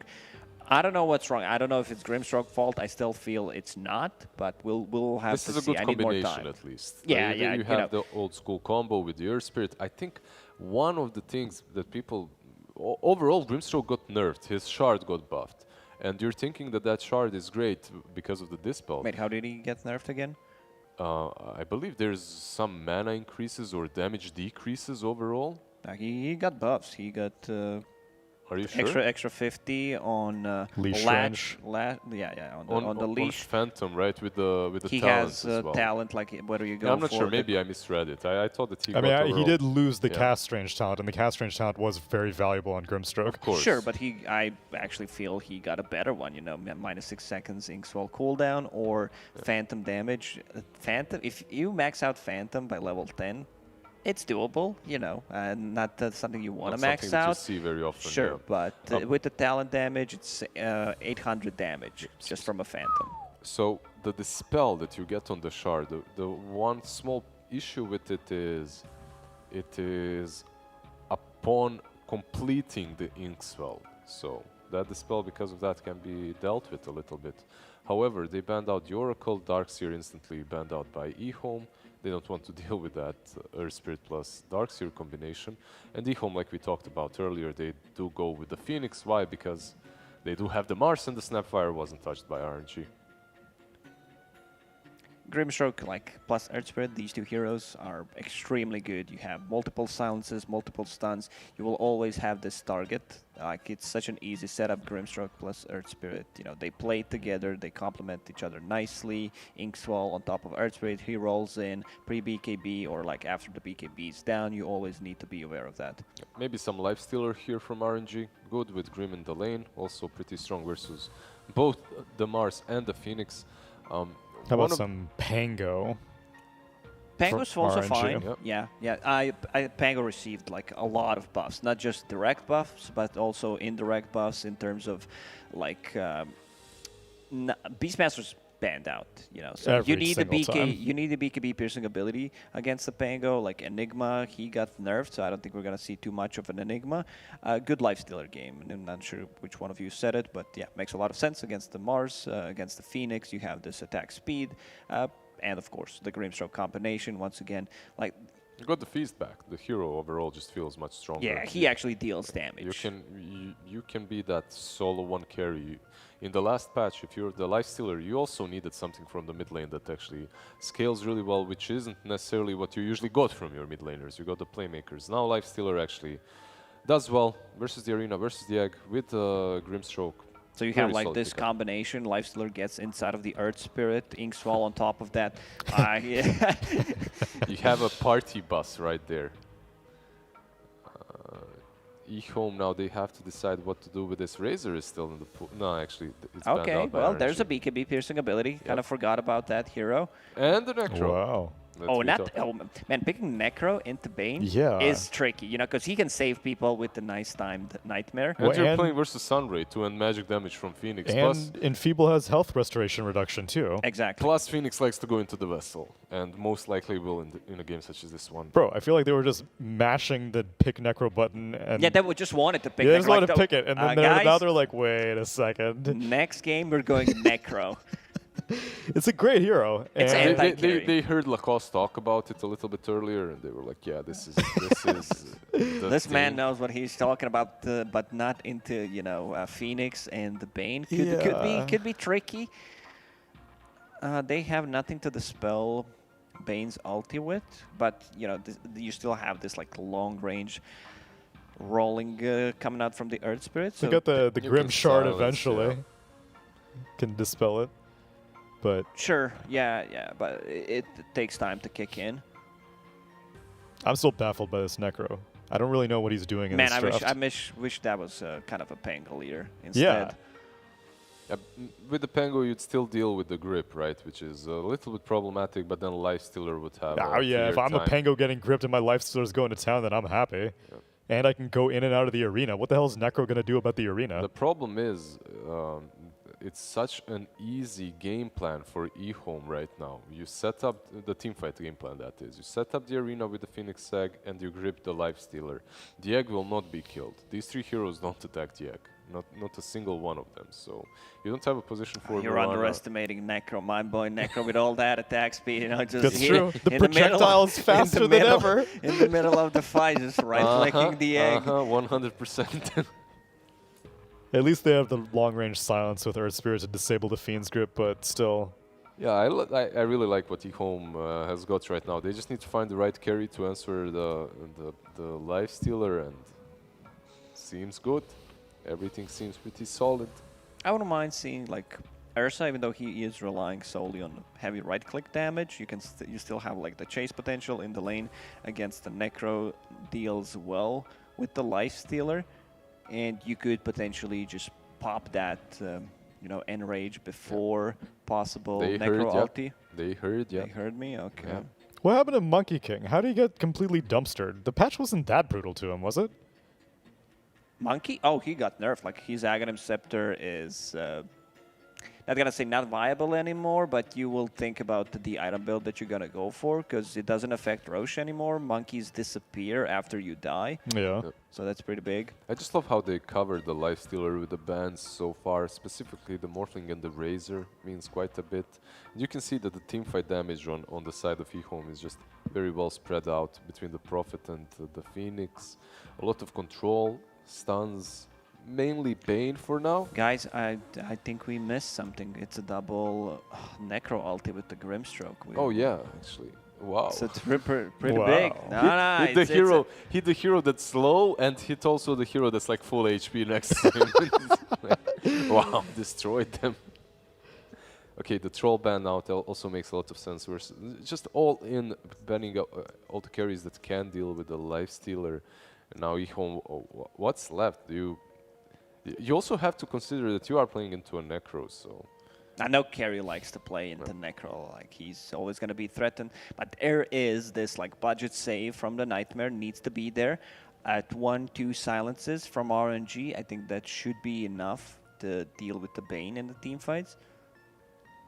Damn, 1 second, literally. They go with the TB. Okay, this TB is into Necro. Yeah, TB into Necro, but there is why did they pick it? It's into Lifestealer, right, as well. So it can work that way, but into Necro, it's damn. Like there's so much like counter picking for your own team in this game. Yeah. You also like pick Terrorblade into Grimstroke. If this game goes late, Grimstroke potentially can get that Aghanim Scepter. You make the replication of TB. It's super strong, and just like TB loves to play on low HP against the Necro. I'm not sure if that's doable. Yeah, So, all the heroes, TB, Slarks, all these heroes that like to get low and then pop a spell to save themselves. you know they don't what? work I'm versus gonna Necro. say something stupid. As I want to always. see, I want to see some like sniper mid. Or Zeus mid. Zeus is also fine. Zeus Like something that looks can solid. outrange that Prophet, because they don't have any gap closers. The only gap closer they have is Mars, but he needs a Blink Dagger. I would love actually. They don't have anything to kill the egg, but okay, Storm they go with. Hero that eliminates Phoenix before the egg even happens. Also pretty decent versus the Terrorblade to jump on top of him. That Prophet can be a problem though. You have All that right, I can silence. see where Lizard is going. You know, even though he's praising RNG, he likes to But- store pick, Go with but he will but- go with eHome, right? I just like these, you know, like twists in the story. Sure, yeah, keep us on our toes. Exactly. I'm not sure. I actually like the Lifestealer more right now. I'm gonna. I don't like the Necro, but I'll go with RNG. I think they're just way more solid, even though the team fight of eHome looks better. I like him. I love me some double Reaper sight, man. RNG for me. I just want to see if Bane gets more than 2 saves with the Nightmare on Reaper sight, like they might win it. This is it. I'm pulling off a Lizard here. But no, I'm also going RNG. I think Sylar, I don't know, he's been underwhelming for me. And if he dies and falls behind in lane, with Juggernaut you can come back. Terrorblade does not come back nearly as easily. So I'm skeptical if he can pull it off. And they pretty much just picked it for the Lifestealer. What's he going to do against this Necrophos? Homie doesn't want to build a Nullifier. Who's going to deal with Ghost Shroud? It's a lot on the shoulders of the supporting staff from eHome, but Black is an authority on these types of carry hero picks. What do you think about this draft that eHome have cooked up here, Black? Well, if Dota was 1v1, I would go eHome, but since it's not, I'm going RNG. Okay. Fair enough. A very Teacup? deep analysis, I gotta say. As always. Can you give me more than 5 words to justify your reasoning? He's the wrong guy That's to ask one. about that. No, I cannot. No, I cannot. eHome. You're going eHome, okay. Yeah, you guys all win RNG. That's, Yeah, but why do come you on. think eHome is going to win if we all go RNG? We have our reasoning. It's true. Give us a justification. The secret analysis I do. The It's tea very leaves? top secret. The coffee Secret. beans? Well, it was the clouds this time, and I just didn't Oh. want to say it out loud because you guys. I mean, I may don't see think any I'm- clouds. Not Here, in what do you here. mean? I Look, had, you know, they're 5 clouds. Do you minutes not to see walk our outside. set design here? We're Yeah, here in I the was town using those square. clouds. Oh, those are actually good clouds to use. Oh. Ooh. See that cloud right there? Why behind didn't it? you use this guy here next to me? This guy. What? Yeah, but it's hard to talk to statues. It's a lot easier to read clouds, dude. It's a lot easier to talk about Dota. Let's Yeah. lend you into game number 3 with B-Cup and Black. Thank you, sir. Thank you very much. Appreciate it. Good luck, have fun. All right, so you're thinking E-Home. Like, I just thinking E-Home or just want to be a rebel? I'm thinking E-Home. So you don't want to be a rebel? No, I went through that phase of my life already. Okay, so why E-Home? What do you think? Why E-Home? DP nerfed, Phoenix nerfed, Mars nerfed, TB nerfed. Bane, though. Bane buffed. I don't know. I always have faith in TBs. They've got some pressure they can put on, some reach once they get a Blink Dagger there. Control seems decent. Mm-hmm.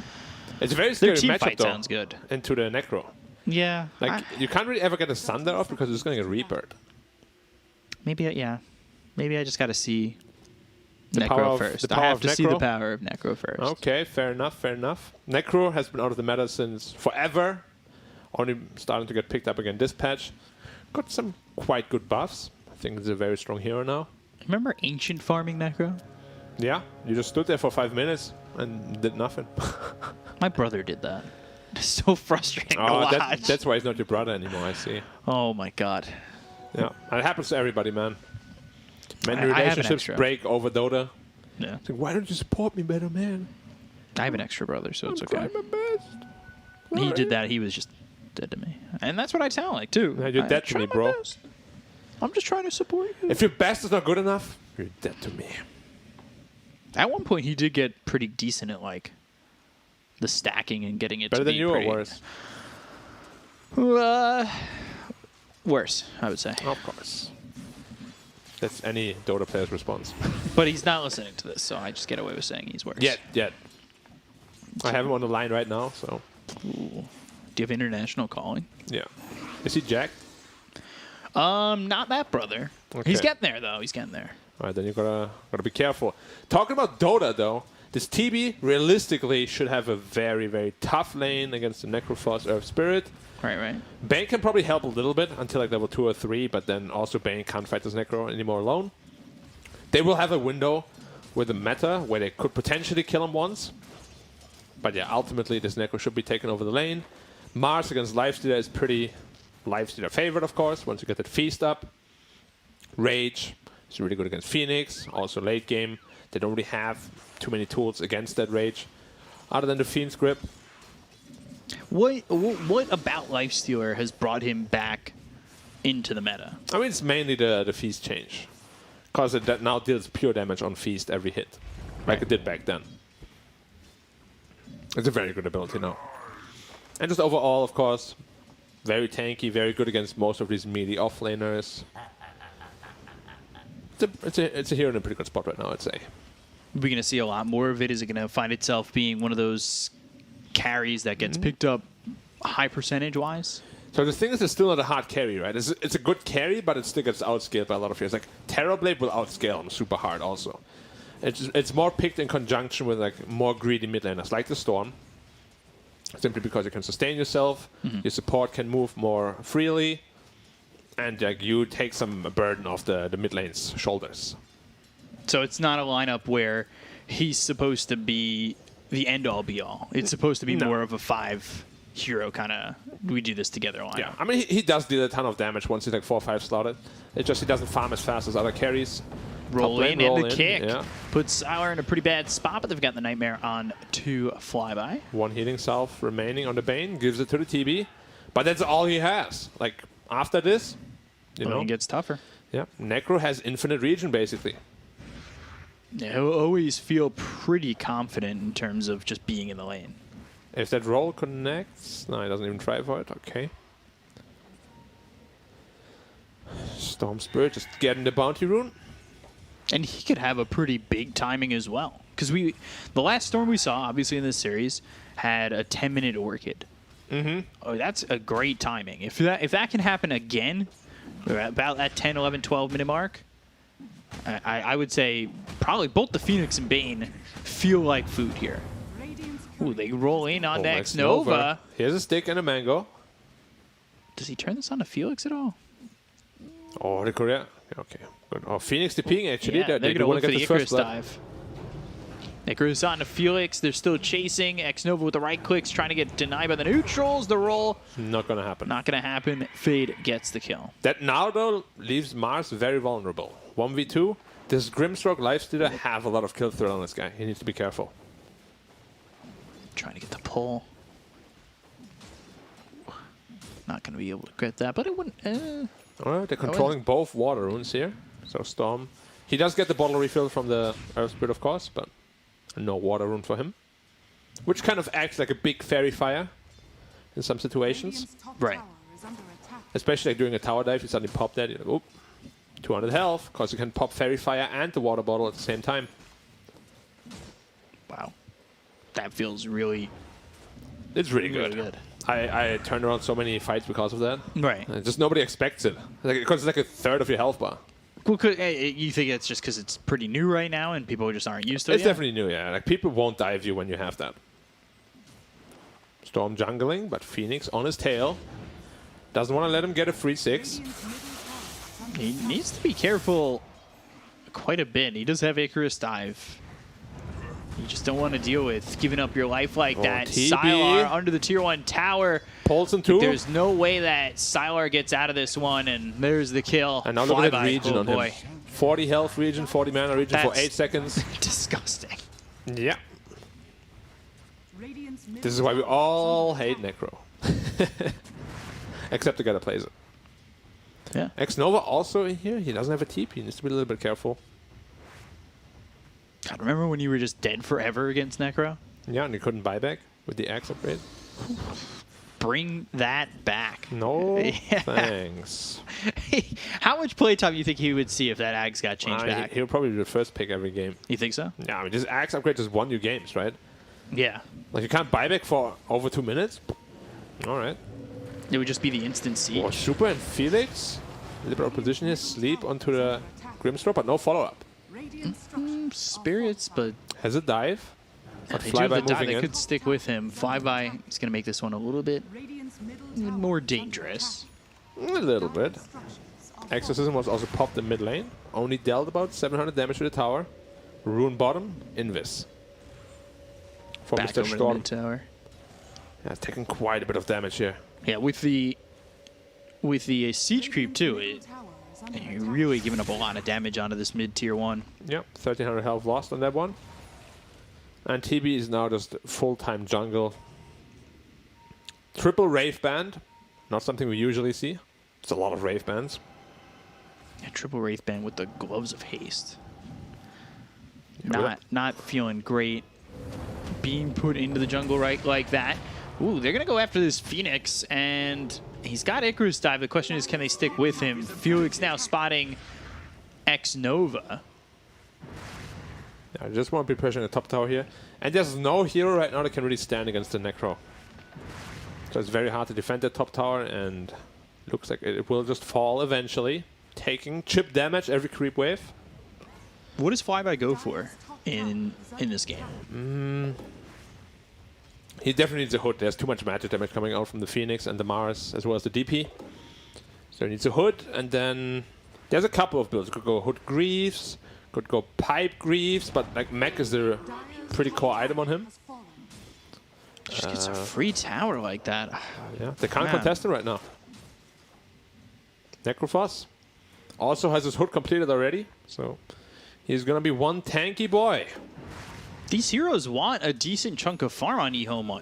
You're going to lose that tier 1 top. You're going to lose the tier 1 mid eventually. If you're not too careful, your map's going to shrink.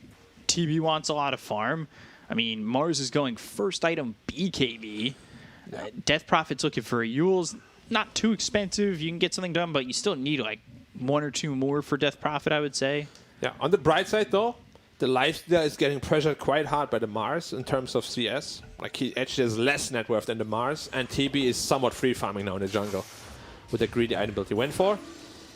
And we spoke about the carry matchup. It's terrible for Lifestealer. Yeah, so this could still work out for eHome throughout the next few minutes or so. They need to be very careful on how much space they're giving, especially how much space they're going to give towards pressure on the tier 1.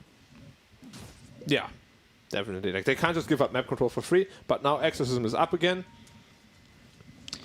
Ooh, interestingly enough, Storm's not going into the Orchid. He's going Kai at first. Yeah, it's the greedy version. Lightning with the Vortex. They've got the Double Ink damage. Swell, and with the double damage, they don't even need that. And they'll get the kill onto X-Nova. It's super. Getting the Courier, D-Stones getting the kill onto X-Nova. So Kaya first is very greedy, but he also knows that DP is most likely going to go for Yules. TB is going to go for Manta probably. And Mars, I mean, he doesn't know that, but he's going first item BKB, so that Orchid won't be super useful there either. We'll see if he goes Kaya, Orchid, or just straight into Bloodstone. Would he go Bloodstone back into Orchid? I mean, I'm not a big fan of not going Orchid straight away if you plan to go for it anyways, because you have a lot of like pressure timings that you just lose if you go for other items first. Right. So generally, we would just like see a Bloodstone into like a BKB, something like that. But like Orchid, like I mean, Storm without Orchid just doesn't feel the same. Like there's no solo kill threat on the map at all.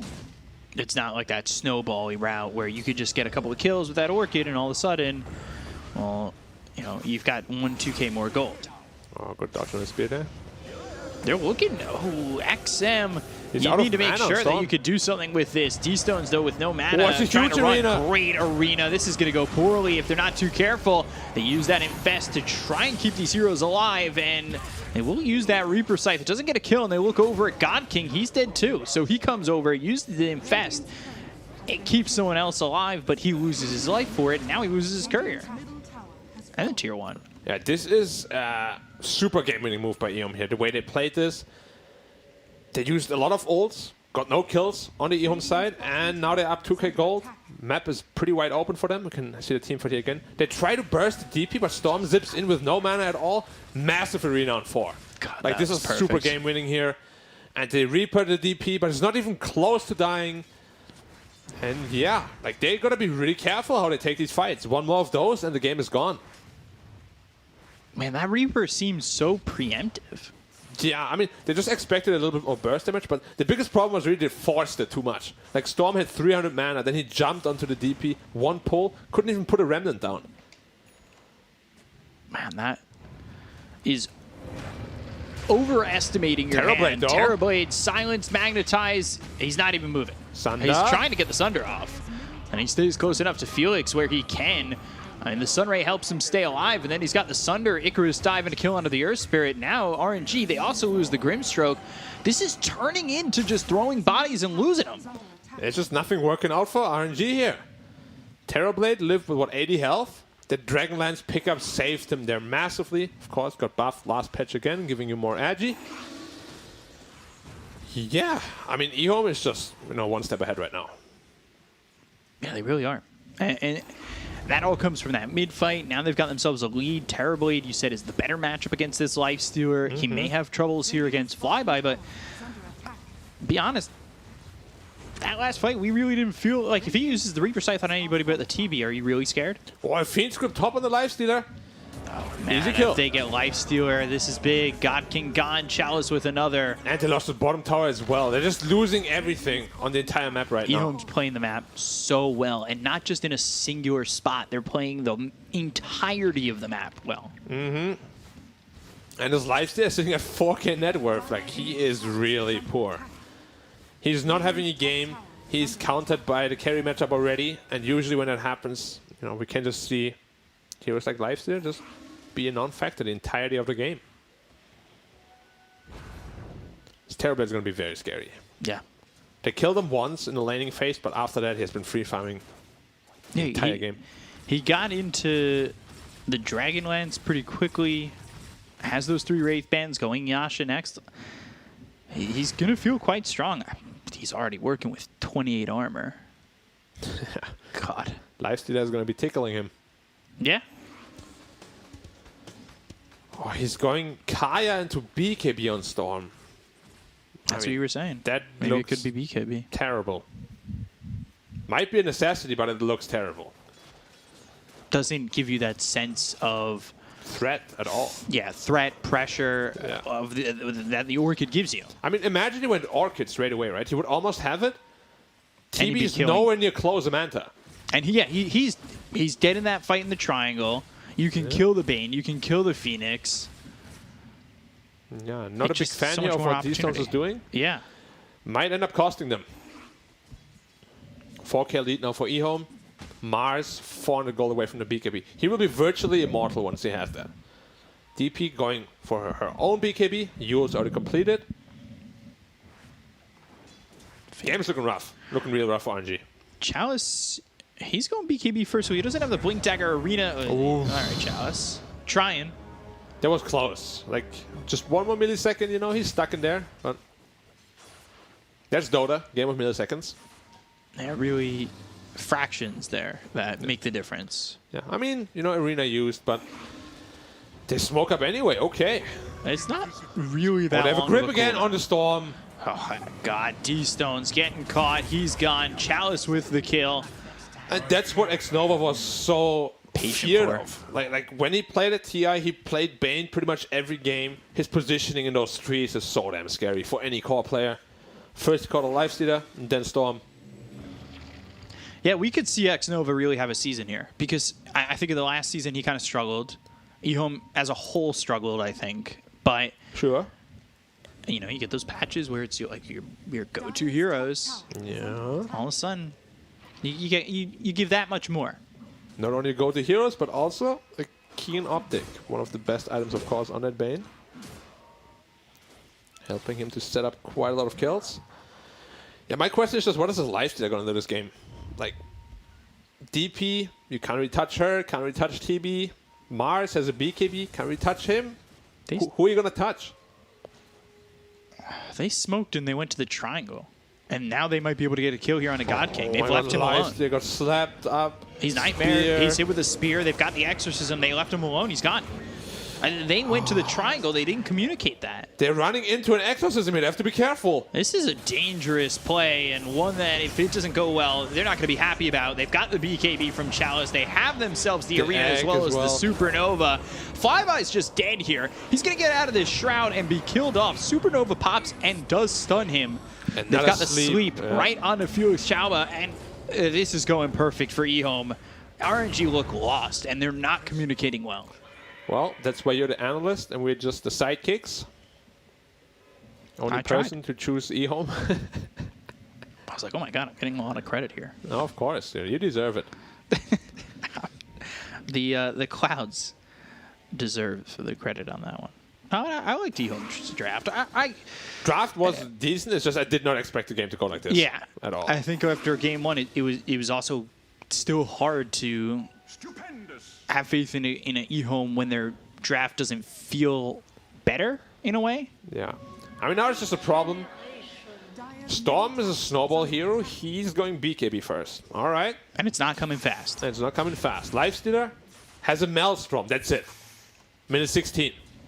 Yeah. TB already has his Manta Cell pretty much, and he's working with a Maelstrom only. Like, the gold difference is absolutely massive between those carries.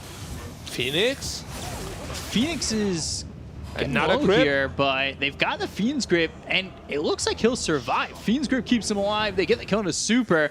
Now might turn back around. He's got no mana left on D-Stone. Sunray is keeping Xnova fine. They've got the Silence onto the Phoenix, but the Silence right back onto the Earth Spirit. He's going to try and roll out of this one. If they can get in front of him, he's dead. Ooh, the right clicks, and the Urn is going to tick enough. Yes, it will. Fade gets the kill on Felix, and it's 12-2 in favor of eHome. I mean, Xnova is just... Like, on this Bane here, he's just a madman, dude. Yeah. He saves the Phoenix, gripped the Storm the full duration because he knows there's no roll, no silence, drains all his mana. And at the same time, Chalice kills the Grimstroke as well on double-pronged attack again on two sides. And the entire time, TB has been farming away. Can't go much better than that. No, not really. When a patch comes out, I got a question. Is under attack. Do you look through the patch from the top to bottom, or are you immediately Control F, let me look for my heroes, and get excited? Usually I look for my role or what's connected to my role, so like offlaners, carries, supports. But overall, you need to have a grasp on the whole patch, right? So you gotta go through it eventually. Usually I just demo mode for a couple of hours and kind of get like a basic understanding of what's happening. Then you gotta go into the matchmaking game scrims to really see the power of those heroes. But there's like a lot of different mechanics, you know, that you won't know unless you demo mode it. Yeah, Big smoke up here, 4 heroes. Grip up in 20. I used to Control F for Ancient Apparition, but he doesn't get buffed too much anymore. Yeah, screw that hero. God King spotted and they don't Left commit. alone. And I think that's the difference between having the BKB and the Blink, but obviously the BKB has helped this Mars. So I can't really fault him for it. Oh, he's jumping. lightning. I don't know if he's got okay. enough space here. No, he's good, he's good. Again, there's no gap close. They don't have a Blink Dagger on Chalice. Bane Illusion is getting a little bit spooky. I want to see if he goes for this shard on X-Nova. Or the AoE Brain Sap. Catch him in an arena and AoE Brain Sap? Yeah, potentially. I like this axe on Bane. Actually, you create 2 illusions now that cast Fiend's Grip as well, instead of 1. I rip through that tower. Yeah, the 2 illusions will be quite nice if he can get that axe. Obviously, that's super expensive. a pipe dream for a 5 position. Yeah. So Terrorblade, next item probably just a Skadi. Then he's nearing that unkillable territory. Right. He's still gonna bring it below half to kill him with the Reaper, but where's the damage gonna come from? And again, that comes with, can you commit to putting the Reaper Scythe onto Sylar? If you've got a Death Prophet that's running after you with the Exorcism, and you've got a Death Prophet that is about half health, do you Reaper the Death Prophet, or are you really trying your best to hold that Reaper Scythe and throw it onto the Terrorblade? Yeah, it's a good couple of questions. I mean, DP also has BKB now, so that Reaper won't really be doing a whole lot. I mean, they just have no damage that goes through BKB, honestly. DP is pretty much immortal now. So is the Mars. Try to find X-Nova. They've got the silence with the Geomagnetic Grip, and I believe that Boulder Smash hit. They'll hit the roll, they'll get the kill, they'll take out X-Nova. Space being Finally created. 3 heroes down there. The Menace has been stopped. He was setting up for the Storm again in the same area down there. And he's done it a couple times. Yeah, but this time he was like, oh my god, guys, help me. They're going for Roche. While they're down bottom, yeah. I mean, they've got a great opening for this. They're just outpacing them on the entire map. Like, the game understanding right now is way better than RNG's. There's not a whole lot RNG can do about this. Aegis and Terrorblade. Now he uses an Aegis Blade. Reborn again. And again. Yeah. Well, yeah. I guess. Yeah, never stops. Just gets reborn over and over again. They'll go to the arena. They've got a spear that lands on a Felix Chala. Sunray right on top of him. Chalice gets credit for the kill, and that is the 7th time he's been able to get a kill so far. 7-0-2. He's having a great game. Yeah. 1v1 against the Lifesteal. Not the greatest matchup, not the worst, but he kind of stomped that matchup. He is sitting higher net worth than the DP even. Like, Chalice is owning. So rich. Rich in personality, rich in gold. True. A lot of gold on him. He plays with eHome a lot more differently than he played with LGD. I think when he played with LGD, he was more sacrificial. Yeah, he's definitely a lot more greedy now. Yeah, he's a lot more greedy now, and I think he's more confident too. Yeah. I'd really love to see, coming into Season 2, different teams have success. I love just seeing, like, the storylines, the drama. We'll see. Both these teams are considered middle of the pack. You know, the Giants are still asleep in quarantine right now. Once they wake up, we'll see how both these teams do against them because, you know, they're the big boys. But it's always nice to see like 2 middle pack teams, you know, skirmish it out. Could be the difference maker of a victory. Definitely. Later on in the season. And eHome definitely needs this win. I mean, so does RNG, of course, but, you know, we were not impressed with eHome in the first season. And of course, all these players want to do is impress the casters. Well, they don't care about TI. That's second. Yeah. They're going to go to the high ground. They've got Aegis to play with. I mean, they don't have Skadi yet, so... But where's the damage going to come? I mean, Storm has BKB. Okay, congrats, but what are you going to do with that? Oh, man. Like... You might have caught onto the drift already, but I really hate the Storm item build. Yeah, I mean, I understand why. I understand why, it's just... God King. How? Early rage, early now the egg. BKB, and they're going to look over and try to get the kill here on the Felix Chala. They'll get this Earth Spirit. I think the egg, they were trying to line up the timing on Rage, because he used it pretty early to walk in. They're going to infest Inkswell, try to go through with this. I don't know if that's going to be the right way to get in here. No man on the Storm left. And he's already used his BKB. Spear doesn't hit, Rage used. XM very timid. I feel like eHome is giving them a little bit too much respect. Like, I don't quite think they know how little damage they actually have right now.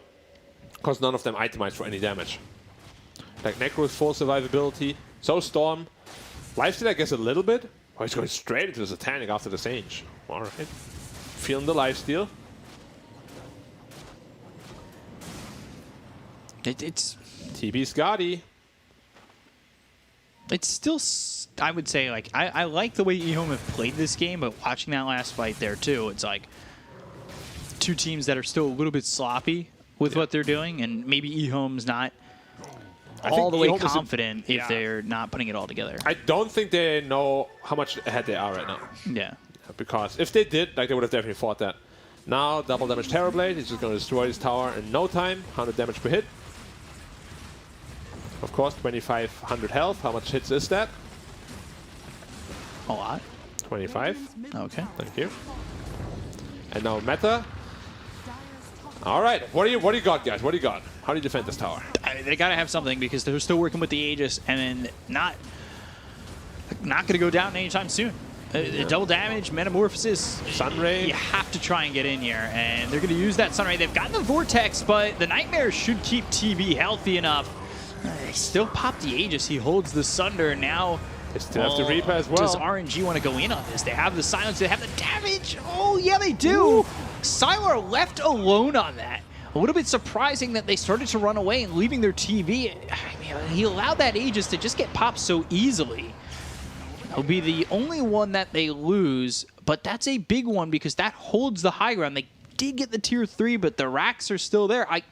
eHome, I'm surprised how willing he was to just let himself lose that Aegis and not Sunder. Yeah, I mean, the problem is also eHome chose to do this, you know? Like, they had no DP ult, they had no egg. And they chose to take a high ground fight like that. Like you said, they're playing a bit sloppy, and I think that's the best word to describe this kind of situation, because you're not forced to do anything, you know? You have that double damage, sure, but that doesn't mean you're forced to go high ground. Wait for your DP ult, wait for your egg. It's your strongest tools. Right. You can see it here again. It's just a free focus on the Terrorblade, as you said. Yeah, he's getting Sunrayed here, but they've got the Euls, and then they just jump in for Sylar. The Vortex and the Nightmare, that's what made me think he was going to try and get a Sunder, but the Inkswell stunned him last second. And then his respawn, his entire team runs onto the Earth Spirit and kind of just, yeah. Leaves him to die. Leaves him to die, yeah. But that's the thing. You don't have Egg, you don't have Exorcism. They're not scary without it, you know? DP, all right, she's going to drain you a little bit. Phoenix, well, okay, burn you here and there, but Supernova is really the thing that makes you run away, right? Right. So, yeah, after that fight, TB is like, yeah, I don't want that to have happen again. Going straight into BKB. But it gave quite a bit of space to the Radiant heroes now. Satanic soon picked up on Lifestealer. Interesting item choice. Maelstrom Sage into Satanic. Can't say I've seen that a whole lot. Wow. Super actually has Aghanim Scepter. That could be a game breaker. If you get this illusion from the Terrorblade, Magic Immune. How do you get so much gold? Yeah, he's really... Dash, gold 2,000. I guess he's normally the 5, but I guess he's been taking a majority of the farm. Sure did. Because look at the difference between him and Felix. So Storm going straight into an Axe. He's just playing full utility now. He's not planning on being, you know, any sort of damage or whatever. They're just looking for drawn-out fights here. I wonder if TB will get Ags at any point in this game. I think it's past the time where you want to get it, if you wanted to go for it. So it's probably just going to go like BKB into Satanic or something. Just play the sustain game. Because if you can't get bursted, you're going to be good. And the next Roche is second Roche, where 30 seconds. We'll see that Shard. Yep. May respawn in 30. The Shard, who's it going to go to? It's really good on Phoenix. Oh, he already bought his own. Maybe Death Prophet? DP Shard is good. It fears now, after getting drained for, I think, 2 seconds. Yeah. No, Siphon for 4, yeah. and then Feared for 2. Yeah. That's a really good shot as well. And they're smoked up as 4. TB TPing into the fight as well. But they're disengaging on RNG already. Yeah, they all TP'd away. They've got that Ags on the Storm. I think the items are starting to get worrisome. Yes, so the thing is the gold advantage is not really increasing. And it's usually a bad sign for the leading team. Right. Because it means the gold is stagnating. Lifestealer getting more items up, but the carry matchup is still terrible. Like, no matter how big a Lifestealer gets, he should never be able to contest a Terrorblade. My question is he the one who's going to be contesting the Terrorblade? If not him, then who is? Maybe himself. Necro and Storm? With that Dark Portrait. Yeah. Dark Portrait will be taken on the real Terrorblade. See who's stronger there. At this point, honestly, that might be the strongest tool they have. Because they have no damage against this Terrorblade otherwise. Now that net worth is starting to trickle down. 7K. But BKB now finished on TB, so he's going to feel very strong in that next fight. They're coming up onto the high ground. This is a risk. Super running in first. Roll all the way to the back, and that's going to catch XM. They've got the Vortex to follow that up. They get the kill to the Death Prophet immediately. They'll take out Super. So let's see what RNG have. X-Nova taken out very quickly. Reaper Scythe is in. God King gone. Chalice falls. Look at the damage coming in from Sylar. Yeah. Flyby. But Chalice also died. Gets away. Yeah. That Reaper, he's dead for a long time. They lost 3 heroes. Sure, RNG also lost 3 heroes, but that's a 2k gold swing for them because they were quite far behind. A lot of gold picked up. Now Storm going Shard too. See it here again. Super kind of out of position, but XM also gets blown up immediately with the Lifestealer inside of him. And he didn't react at all. He didn't BKB, he didn't Yules, even though he saw him zip in from quite far away. So XM definitely just needs to be ready. Like if he pops BKB there, he won't die. The fight will look very different. If he just survives that initial onslaught. Yeah, it's all about it, right? Storm bombs, or like Lifestealer bombs rather. You don't kill the target right away. It can turn. Yeah. But you just saw, like, TB was full health the entire fight with Lifestealer. Like, he didn't even touch him. He just got brought down super fast. Now, eHome, they had vision. C-Roche is up. They have double damage. They don't have meta, though, for 70 seconds. Gives an opportunity for RNG. They'll get some gold. They'll get maybe into their next item that can help them around this Roche pit. We'll see. But it also allows them to get, Reaper Scythe back off, cooldown. Linken's maybe for Storm. He's got the Axe and the Shard actually. now. Wow, he's going BKB, Axe, Linken's. He's going full defense. Yeah. Like he's playing Dark Souls, but going full vigor. Death Prophet. Ultimate Orb. Going into a Hex, I believe. That's what it looks like. Yeah, Death Prophet now Hex completed against the Storm. I don't really feel like the Sables were the problem, though. Like, I would have much rather like to see like an Aeon Disc or something, just so you don't die, survive the initial initiation. Yeah, maybe thinking that he doesn't need it going in with the BKB, but his BKB after is the only last fight, 6. After the last fight, does he need it or not? We'll see. This Grimstroke TB Eater is actually so strong. And fast. God King, he might get jumped here. Be very Goes careful. into the Rage and... Rage almost over. 1 second.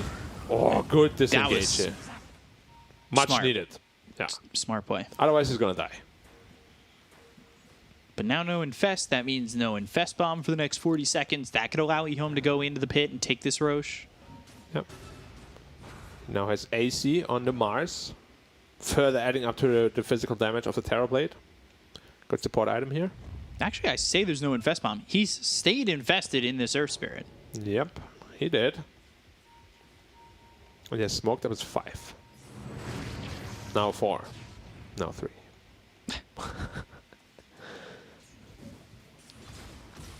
So a little hesitancy from eHome going into Roche. Wisely, though. I'm a little bit scared for this Death Prophet. He's very squishy. He has no armor. And he doesn't have an Aeon Disc. He's got a Hex, though. He does. Doesn't matter if you're dead, though. True. Inkswell with the Infest. There's the roll all the way on to X-Nova. They're going to get the kill onto the Bane. They have the Spirit Vessel on him, so he was dead to rights, but they'll take out Felix Chaba. That's going to be a 1-for-1 so far. Both those heroes buying back. There's the Supernova with the Sunray. They'll look over at Flyby. He's up into the air. The Supernova goes off, but it's not going to matter as they'll get the kill on a Flyby. And now Vortex in on the 2, but they'll take out D-Stones. They will kill him quickly. Yeah, he got gripped. No buyback on those 3 heroes dead by RNG. The buyback comes to be worth it for X-Nova, and they will go into Roche. Let's see who takes the shard. Yeah, I know that's what we spoke about. You sure you killed the Bane, but where's your damage going to come from to kill anyone else? Like, at this point, it looks pretty damn... You know, it's only a 12k gold lead, but the way they itemized, I'm really not a big fan. Very defensively on, like, Lifestealer, Storm, Necro, all of them, really. No damage. Interesting. Going shard Mars. Kebab. Yeah, double spear. Could make the kebab. Yeah. Silence on a God King. He'll use that rage. Inkswell on him. And they'll focus again the TB. Wonder how willing they are to just let him get hit up this time. It is just a 5-on-3. And there's the Sunder immediately. The kill on the God King. He's got buyback. I wonder if he'll use it. He might hold it unless they go for another set of racks. Or hold it for 20 seconds. Wait for the Storm. Radiant's middle barracks has fallen. eHome, no reason to stop here. No, not at all. That Lifestealer buyback with the Storm could potentially turn the game. Well, not Hexbound. around, but they could live, at least. Lifestealer buyback, now they run out right away. Daedalus for the TV, and they're going to ball lightning in. They've got themselves the Electric Vortex with the BKB being popped. They'll go after the Terrorblade. They'll get themselves the Aegis out of his hands, and now Yule's up into the air. XM trying to survive. The Soulbine's going to be out of both his Mars as well as the Death Prophet. They'll look over as Yule's is now thrown out onto God King, but that's going to be Lotus back. They've got the Reaper Scythe onto 2, almost killing XM, but it kills nothing. They continue forward, trying to take out TB, and they will. Sylar drops dead for 84. Chalice looking like he's going to be the dessert on this menu. He throws down in an arena, but it's not going to be enough to keep God King away. And God King, well, he won't get the credit for the kill, but he certainly did the damage to really deserve it as Super takes it and gets the last hit. Yeah, that TB illusion hitting a little bit too hard for God King to get a kill, but it was a Lifestealer buyback expended. And a fight without exorcism as well as Supernova. And no grip. And no meta. Nothing really. So the next time, if Lifestealer dies again, this game is over. It's a big window of opportunity for eHome. And I'm sure they're gonna, just respawn, take a time, probably like smoke up, do something like that, and then just try to look for a fight. Because a 5v5 with all ults up, they should be able to take quite convincingly. Yeah, now that the buybacks have been used, we'll see. Certainly the win condition is there. Probably keep RNG a little bit more passive as well.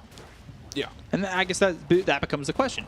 Are eHome going to be playing like they have in this series, where they've been a little bit more hesitant, they've been a little bit more patient, or are they going to use this lead that they should feel that they have and play more aggressively and look to finish the game rather than letting it finish? Yeah. So, I mean, TB itemized into a Daedalus, so there is still potential to burst him. Like, I expected a Satanic, because, like, it's all about surviving the initial burst damage, right? Right. But, so he went for the Daedalus, the damage route. It's a riskier route, but if you find a good initiation, you're really just going to win the fight straight out.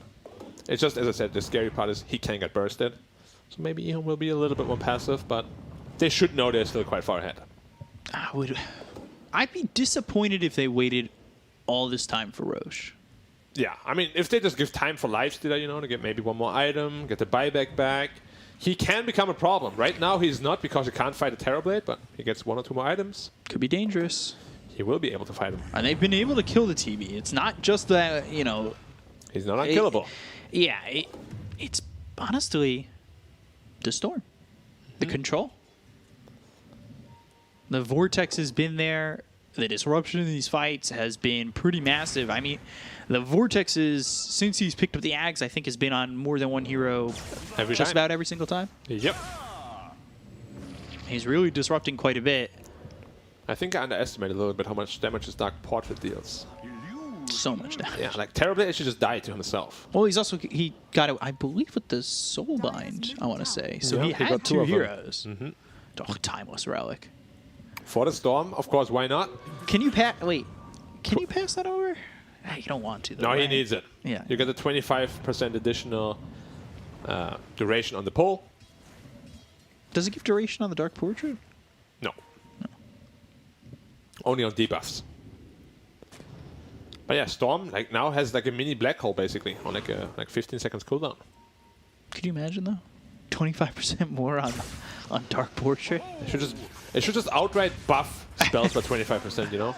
That's not just spell damage or debuffs, but just every spell just 25% the numbers go up. If you want to make it a tier 5, sure.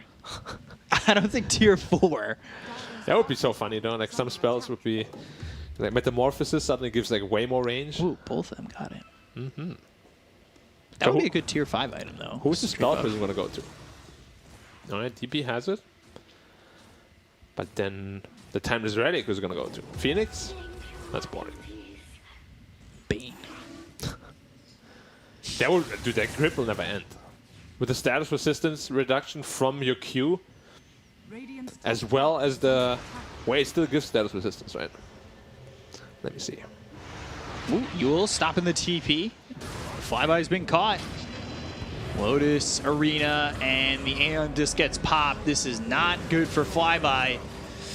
He's trying to survive as long as he can. His team's not coming. They've got the Hex. They have the Spirit Vessel. They have the damage and the kill. Flyby, now better known as Die-By. Because he's dead. I was going to go with just By, because he's no longer flying. Sure. But I like yours better. Die-By. Thank you. I'm very good at coming up with these. Seems like the equivalent to Bye Die. Fly Die. Who else gets that in chat? You mean with dying? Yeah, like the nickname change. I mean, Twitch has a bunch of names for every player. So like, that's like my main highlight whenever I watch Twitch. Just the names they give everybody. Die, Fly Die. One of my favorites is Poxon. Poxon. Oh, when he does a PogGem play. Smoke up. They have a 30-second window here to punish. Might need to expand the buyback. Let's see if they can hold. Oh, DD Terrorblade. Ooh. With that meta, he's going to hit for like 700. Plus Daedalus. He's been getting a lot of these double damages. They're going to go with the Arena as well as the Supernova immediately into the fight. They'll look over as they burn down Super. They get the counter to the Grin Stroke. He's going to buy back immediately, but they lose Felix Chalba. Look at the damage. Oh, great Vortex with the Soul Bind. Here's the Reaper Sights, but no! It's not going to be enough. I think the Nightmare helped out, and they will make sure that they wipe these heroes off the map. eHome looking like they should be the ones who go ahead and take the series with the reverse sweep. Look at the damage with the double damage. The Terrorblade's hitting for so much. Oh, God, just melting these heroes, melting the buildings, and melting the hopes of RNG to winning this series. eHome, they have played, I would say, 90% of this game pretty perfectly. They did. And Xnova there with the sleep on the Terrorblade. Oh, TB. Whoa, the portrait. All right, he buys back. They're still trying. They killed the Phoenix. Look at the Triple Bane. kill. I can't believe it. Super. Is he going to stop? They've got the TV back into the fight. They'll get the kill into D-Stones. They have the Arena down. They'll work on the throne, and they will get the victory. GG! Just a second. All right, if they didn't have buybacks there, that got interesting. Yeah, but they did. A little bit sweaty. Yeah. A little bit, but yeah, no buybacks. Oh, man. On the important heroes, Yeah. Xnova seeing the deal there with the sleep on the Terrorblade when the Reaper came. Well done by him. Right. Yeah, I think Xnova, you know, he broke the game wide open for them. Picked up the Storm top, lifesteal at bottom, Yeah. and did it like 2 or 3 times. Guy's a beast on his Bane. Does that become now like one of those first phase bans for against eHome when it's you possible. can't give up the Bane or like second phase or something like that? Everyone has their own meta, you know. We'll have to see how it develops. But Xnova is... Hey, it looks really good. A couple things that I really liked from him, but to break it down for you guys a little bit more, this Game 3 and the series, we've got the panel. Back over to you guys. Xnova's got them death grips, and it goes pretty well for eHome in this final game of the series. They pick it up, and now RNG will be 1-1. And as we mentioned, this is a valuable series for both these teams. eHome looking to break ground in the upper division, and they don't really have that many easy opponents. So even these ones that are middle of the pack, just like them, you need to get the win. And same thing for RNG. This could have been their transition into looking like a wild card contender, but we're keeping things competitive, Lizard, here in day number 2. As the panel predicted, As obviously. the panel predicted. We're not all of us. Not all of us. Well, but this fight, like this fight that we're seeing on the screen, like huge mistake there from Super. He goes uphill first on a Grimstroke, had the Aghanim Scepter. We could see in the last fight what the Aghanim Scepter on the Grimstroke can do, so he didn't use any of the spells. Kind of a bad positioning there. Could potentially be a turnaround point of the game, because like once you get that Aghanim Scepter on Grim, like things against a certain heroes. Like yeah, I was a little bit hesitant and unbeliever when it comes to the Aghanims on Grim versus TB. On some heroes it feels very good, especially if you have built-in evasion or you build evasion, because then suddenly you need an MKB to even deal with the illusion. It's Magic Immune, you can't hit it. But in this last fight you'll really see the power of that Aghanims. Not here necessarily as they win this one, but later on TB falls and plus another hero does to the Aghanim Scepter only from the Grimstroke.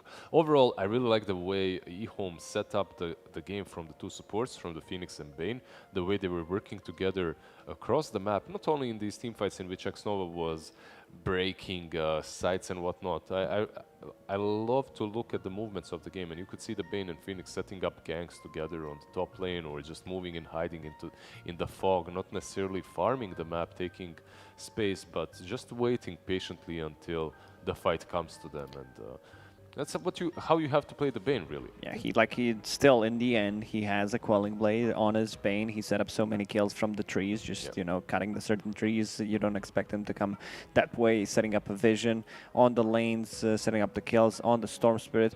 Also, I'm not sure what the itemization, what's going on with the RNG. Like Storm getting Kaya into BKB. Like you could literally pick a different hero. You could pick Leshrac and go for the same item build and get more value out of these two items. Yeah, I don't know what that was. You're playing versus Bane and Phoenix and Terrorblade. And you have a Lifestealer on your team. And you have Lifestealer. And Lifestealer also itemizes very, very passively, like this Maelstrom to buff up your farming speed a little bit, then into the Sounds Satanic. Instead of just rolling over them with this overwhelming force of 1 and 2, Lifestealer never outscales Terrorblade, but I can, you can stop understand why he's going for those kinds of items. Like, yeah, I'm playing into Terrorblade. He has a ton of armor, so I need to pierce it somehow. So then he gets a Maelstrom, which will increase his farm. But in the end, like, what's your job? Like, is your job like to deal with the Terrorblade? Do you want to kill the supports first? Because once they get the BKBs up, then you have a Maelstrom which doesn't, you know, proc the BKBs, and this is the time that eHome struck. You know, they get 2 BKBs up. And actually, I think they even had 3 BKBs in the end. And they had the tempo lineup, yeah, but they didn't play the tempo. That's pretty much the problem for RNG in this game. Yeah, and as a result, the Bane had nothing to be afraid of. So Xnova chopped his way into an MVP slot, well-deserved, struck fear into the heart of that Lifestealer. It says 0 kills, but he had like 16 assists, I think. Historically, this has been the best hero to pick up against Lifestealer on that position 5. Yeah. Just to have that grip. And then if a Storm Spirit decides to itemize into a BKB first, then sure, you have another threat versus him. So just well played by Xnova overall. A couple of Reaper side dodges by the sleep, also saving Phoenix that too. on top. Yeah. Did we even see any successful Scythe kills? I don't think so. Yeah, one on Terrorblade when they were pushing the mid tier 3 tower. And that's pretty much it. Like, we didn't see the full potential of the Necrophos coming from this game, but I feel like it was a hard Necro game. It's a hard, you know, it's same when you're playing, let's say, like Faceless Void, into Shadow Demon, into any kind of save, Oracle, you're not into gonna... Pudge, Rotator Lance, and Shard. Sure, why not? You know, any kind of save, same goes here. You know, it's not that 100% kind of a save, but Xnova, experienced Bane player, shows that he can do it with just a Nightmare. So is this better than the eHome that you guys saw in Season 1? Is Sylar a straight upgrade from Ajit? He is, but still, you know, eHome looks a bit better than what they've shown so far in the first season because they played against Magma, LBZS. These were kind of the free wins for all of the teams. If RNG was instead of Magma or LBZS, eHome would be in Division 2 right now, 99%, because of the losses that they would have with Dachit. Yeah. Yeah, they're looking better, but I share the sentiment that Lacoste just said. A little, you can see the mistakes. We have to wait and see how they will fare in a couple of weeks when the big dogs actually start playing. Yeah, I'm starting to think also RNG may not be quite as good as I thought they were. D-Stones looked really good on his Beastmaster in his first series, but I don't know, seeing him on these other heroes, it was not really inspiring the same confidence that I was hoping to see. It's just the itemization in this third game was kind of horrible, in my opinion. You know, not mincing words. It's a rough one because, like, if you get Orchid, you just like if you want to get Orchid, you get it straight away. Like, no reason. I can understand, you know, also like Kaya. It's a big bait, I would say, where like it's been buffed. The item got why, buffed. yeah. You know, it's a 50% more mana region, so. Like, I can understand why, but then getting a BKB, you're also playing into Bane, so they still have something that goes through BKB. It just doesn't feel right. We can take a look at the updated standings here in the Chinese region. RNG now 1-1. eHome pick up their win, and Sparking Arrow Gaming still at the bottom of the list. Meanwhile, in the lower division, CDEC, Phoenix, and Magma, and Ares, as we saw earlier today, and LBZS all got wins, and Demon Slayer, Dragon, and Extreme Gaming, the ones with none to speak of quite yet. We have some pretty hype. I said that in a couple of weeks we'll see home face up the stronger teams, but actually the next series that they have will be against Elephant, right? So that's going to be extremely exciting, and we'll get to see just how strong eHome and how strong Elephant is, because the last season it didn't work. Yeah, and I was, yet again, I see all these star-studded rosters, and I'm like, how are they not matching expectations? But Elephant with ROTK, we mentioned it at the beginning of the series, hopefully gives them a little bit more structure, but... You need a coach, like, especially if you're a superstar team like they are. You definitely getting a coach should be of some help. I think bringing ROTK, the experience, the draft, something that they struggled in the first season was like the draft, where it looked a bit wonky. You know, a lot of the games were pretty much just on the draft, but also their gameplay didn't look crisp at all. Well, we'll be able to see how that showdown goes on Sunday when we return to the Chinese upper bracket. It will be at 12 CEST. Go ahead and convert that into your local time zone, but we're taking things slow in the Chinese region because the top dogs are still quarantining, like we said. Black said the Sleeping Giants, they will return. All those major contenders that you saw in Singapore will still come back, and I'm sure they're gathering all the information about the new patch right now, learning which heroes are good, learning which heroes aren't. Now that I'm thinking about it, you know, these teams that played at the major have the upper hand because they can collect the information from the teams that they're playing, that they already played a couple of games. You know, they played for 2 weeks and they got, you know, nothing to show. That they're just preparing. You know, they can hide the strategies, as we like to call it. Saving strats. Yeah. Well, we can save strats only for so long, but we will be back on Sunday with that Elephant versus eHome game. Thank you so much for watching this coverage of the DPC Upper Division China. We'll see you back on Sunday.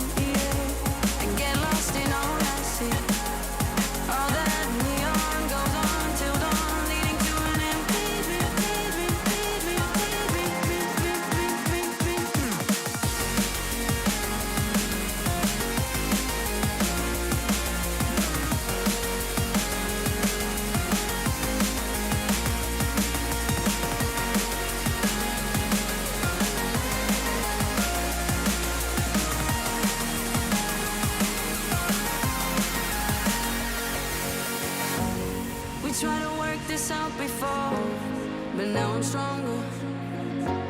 Ignite the fire once some more, but I don't want you. Tracing city lights, make it right. I don't wanna press play. Ooh, days washing away.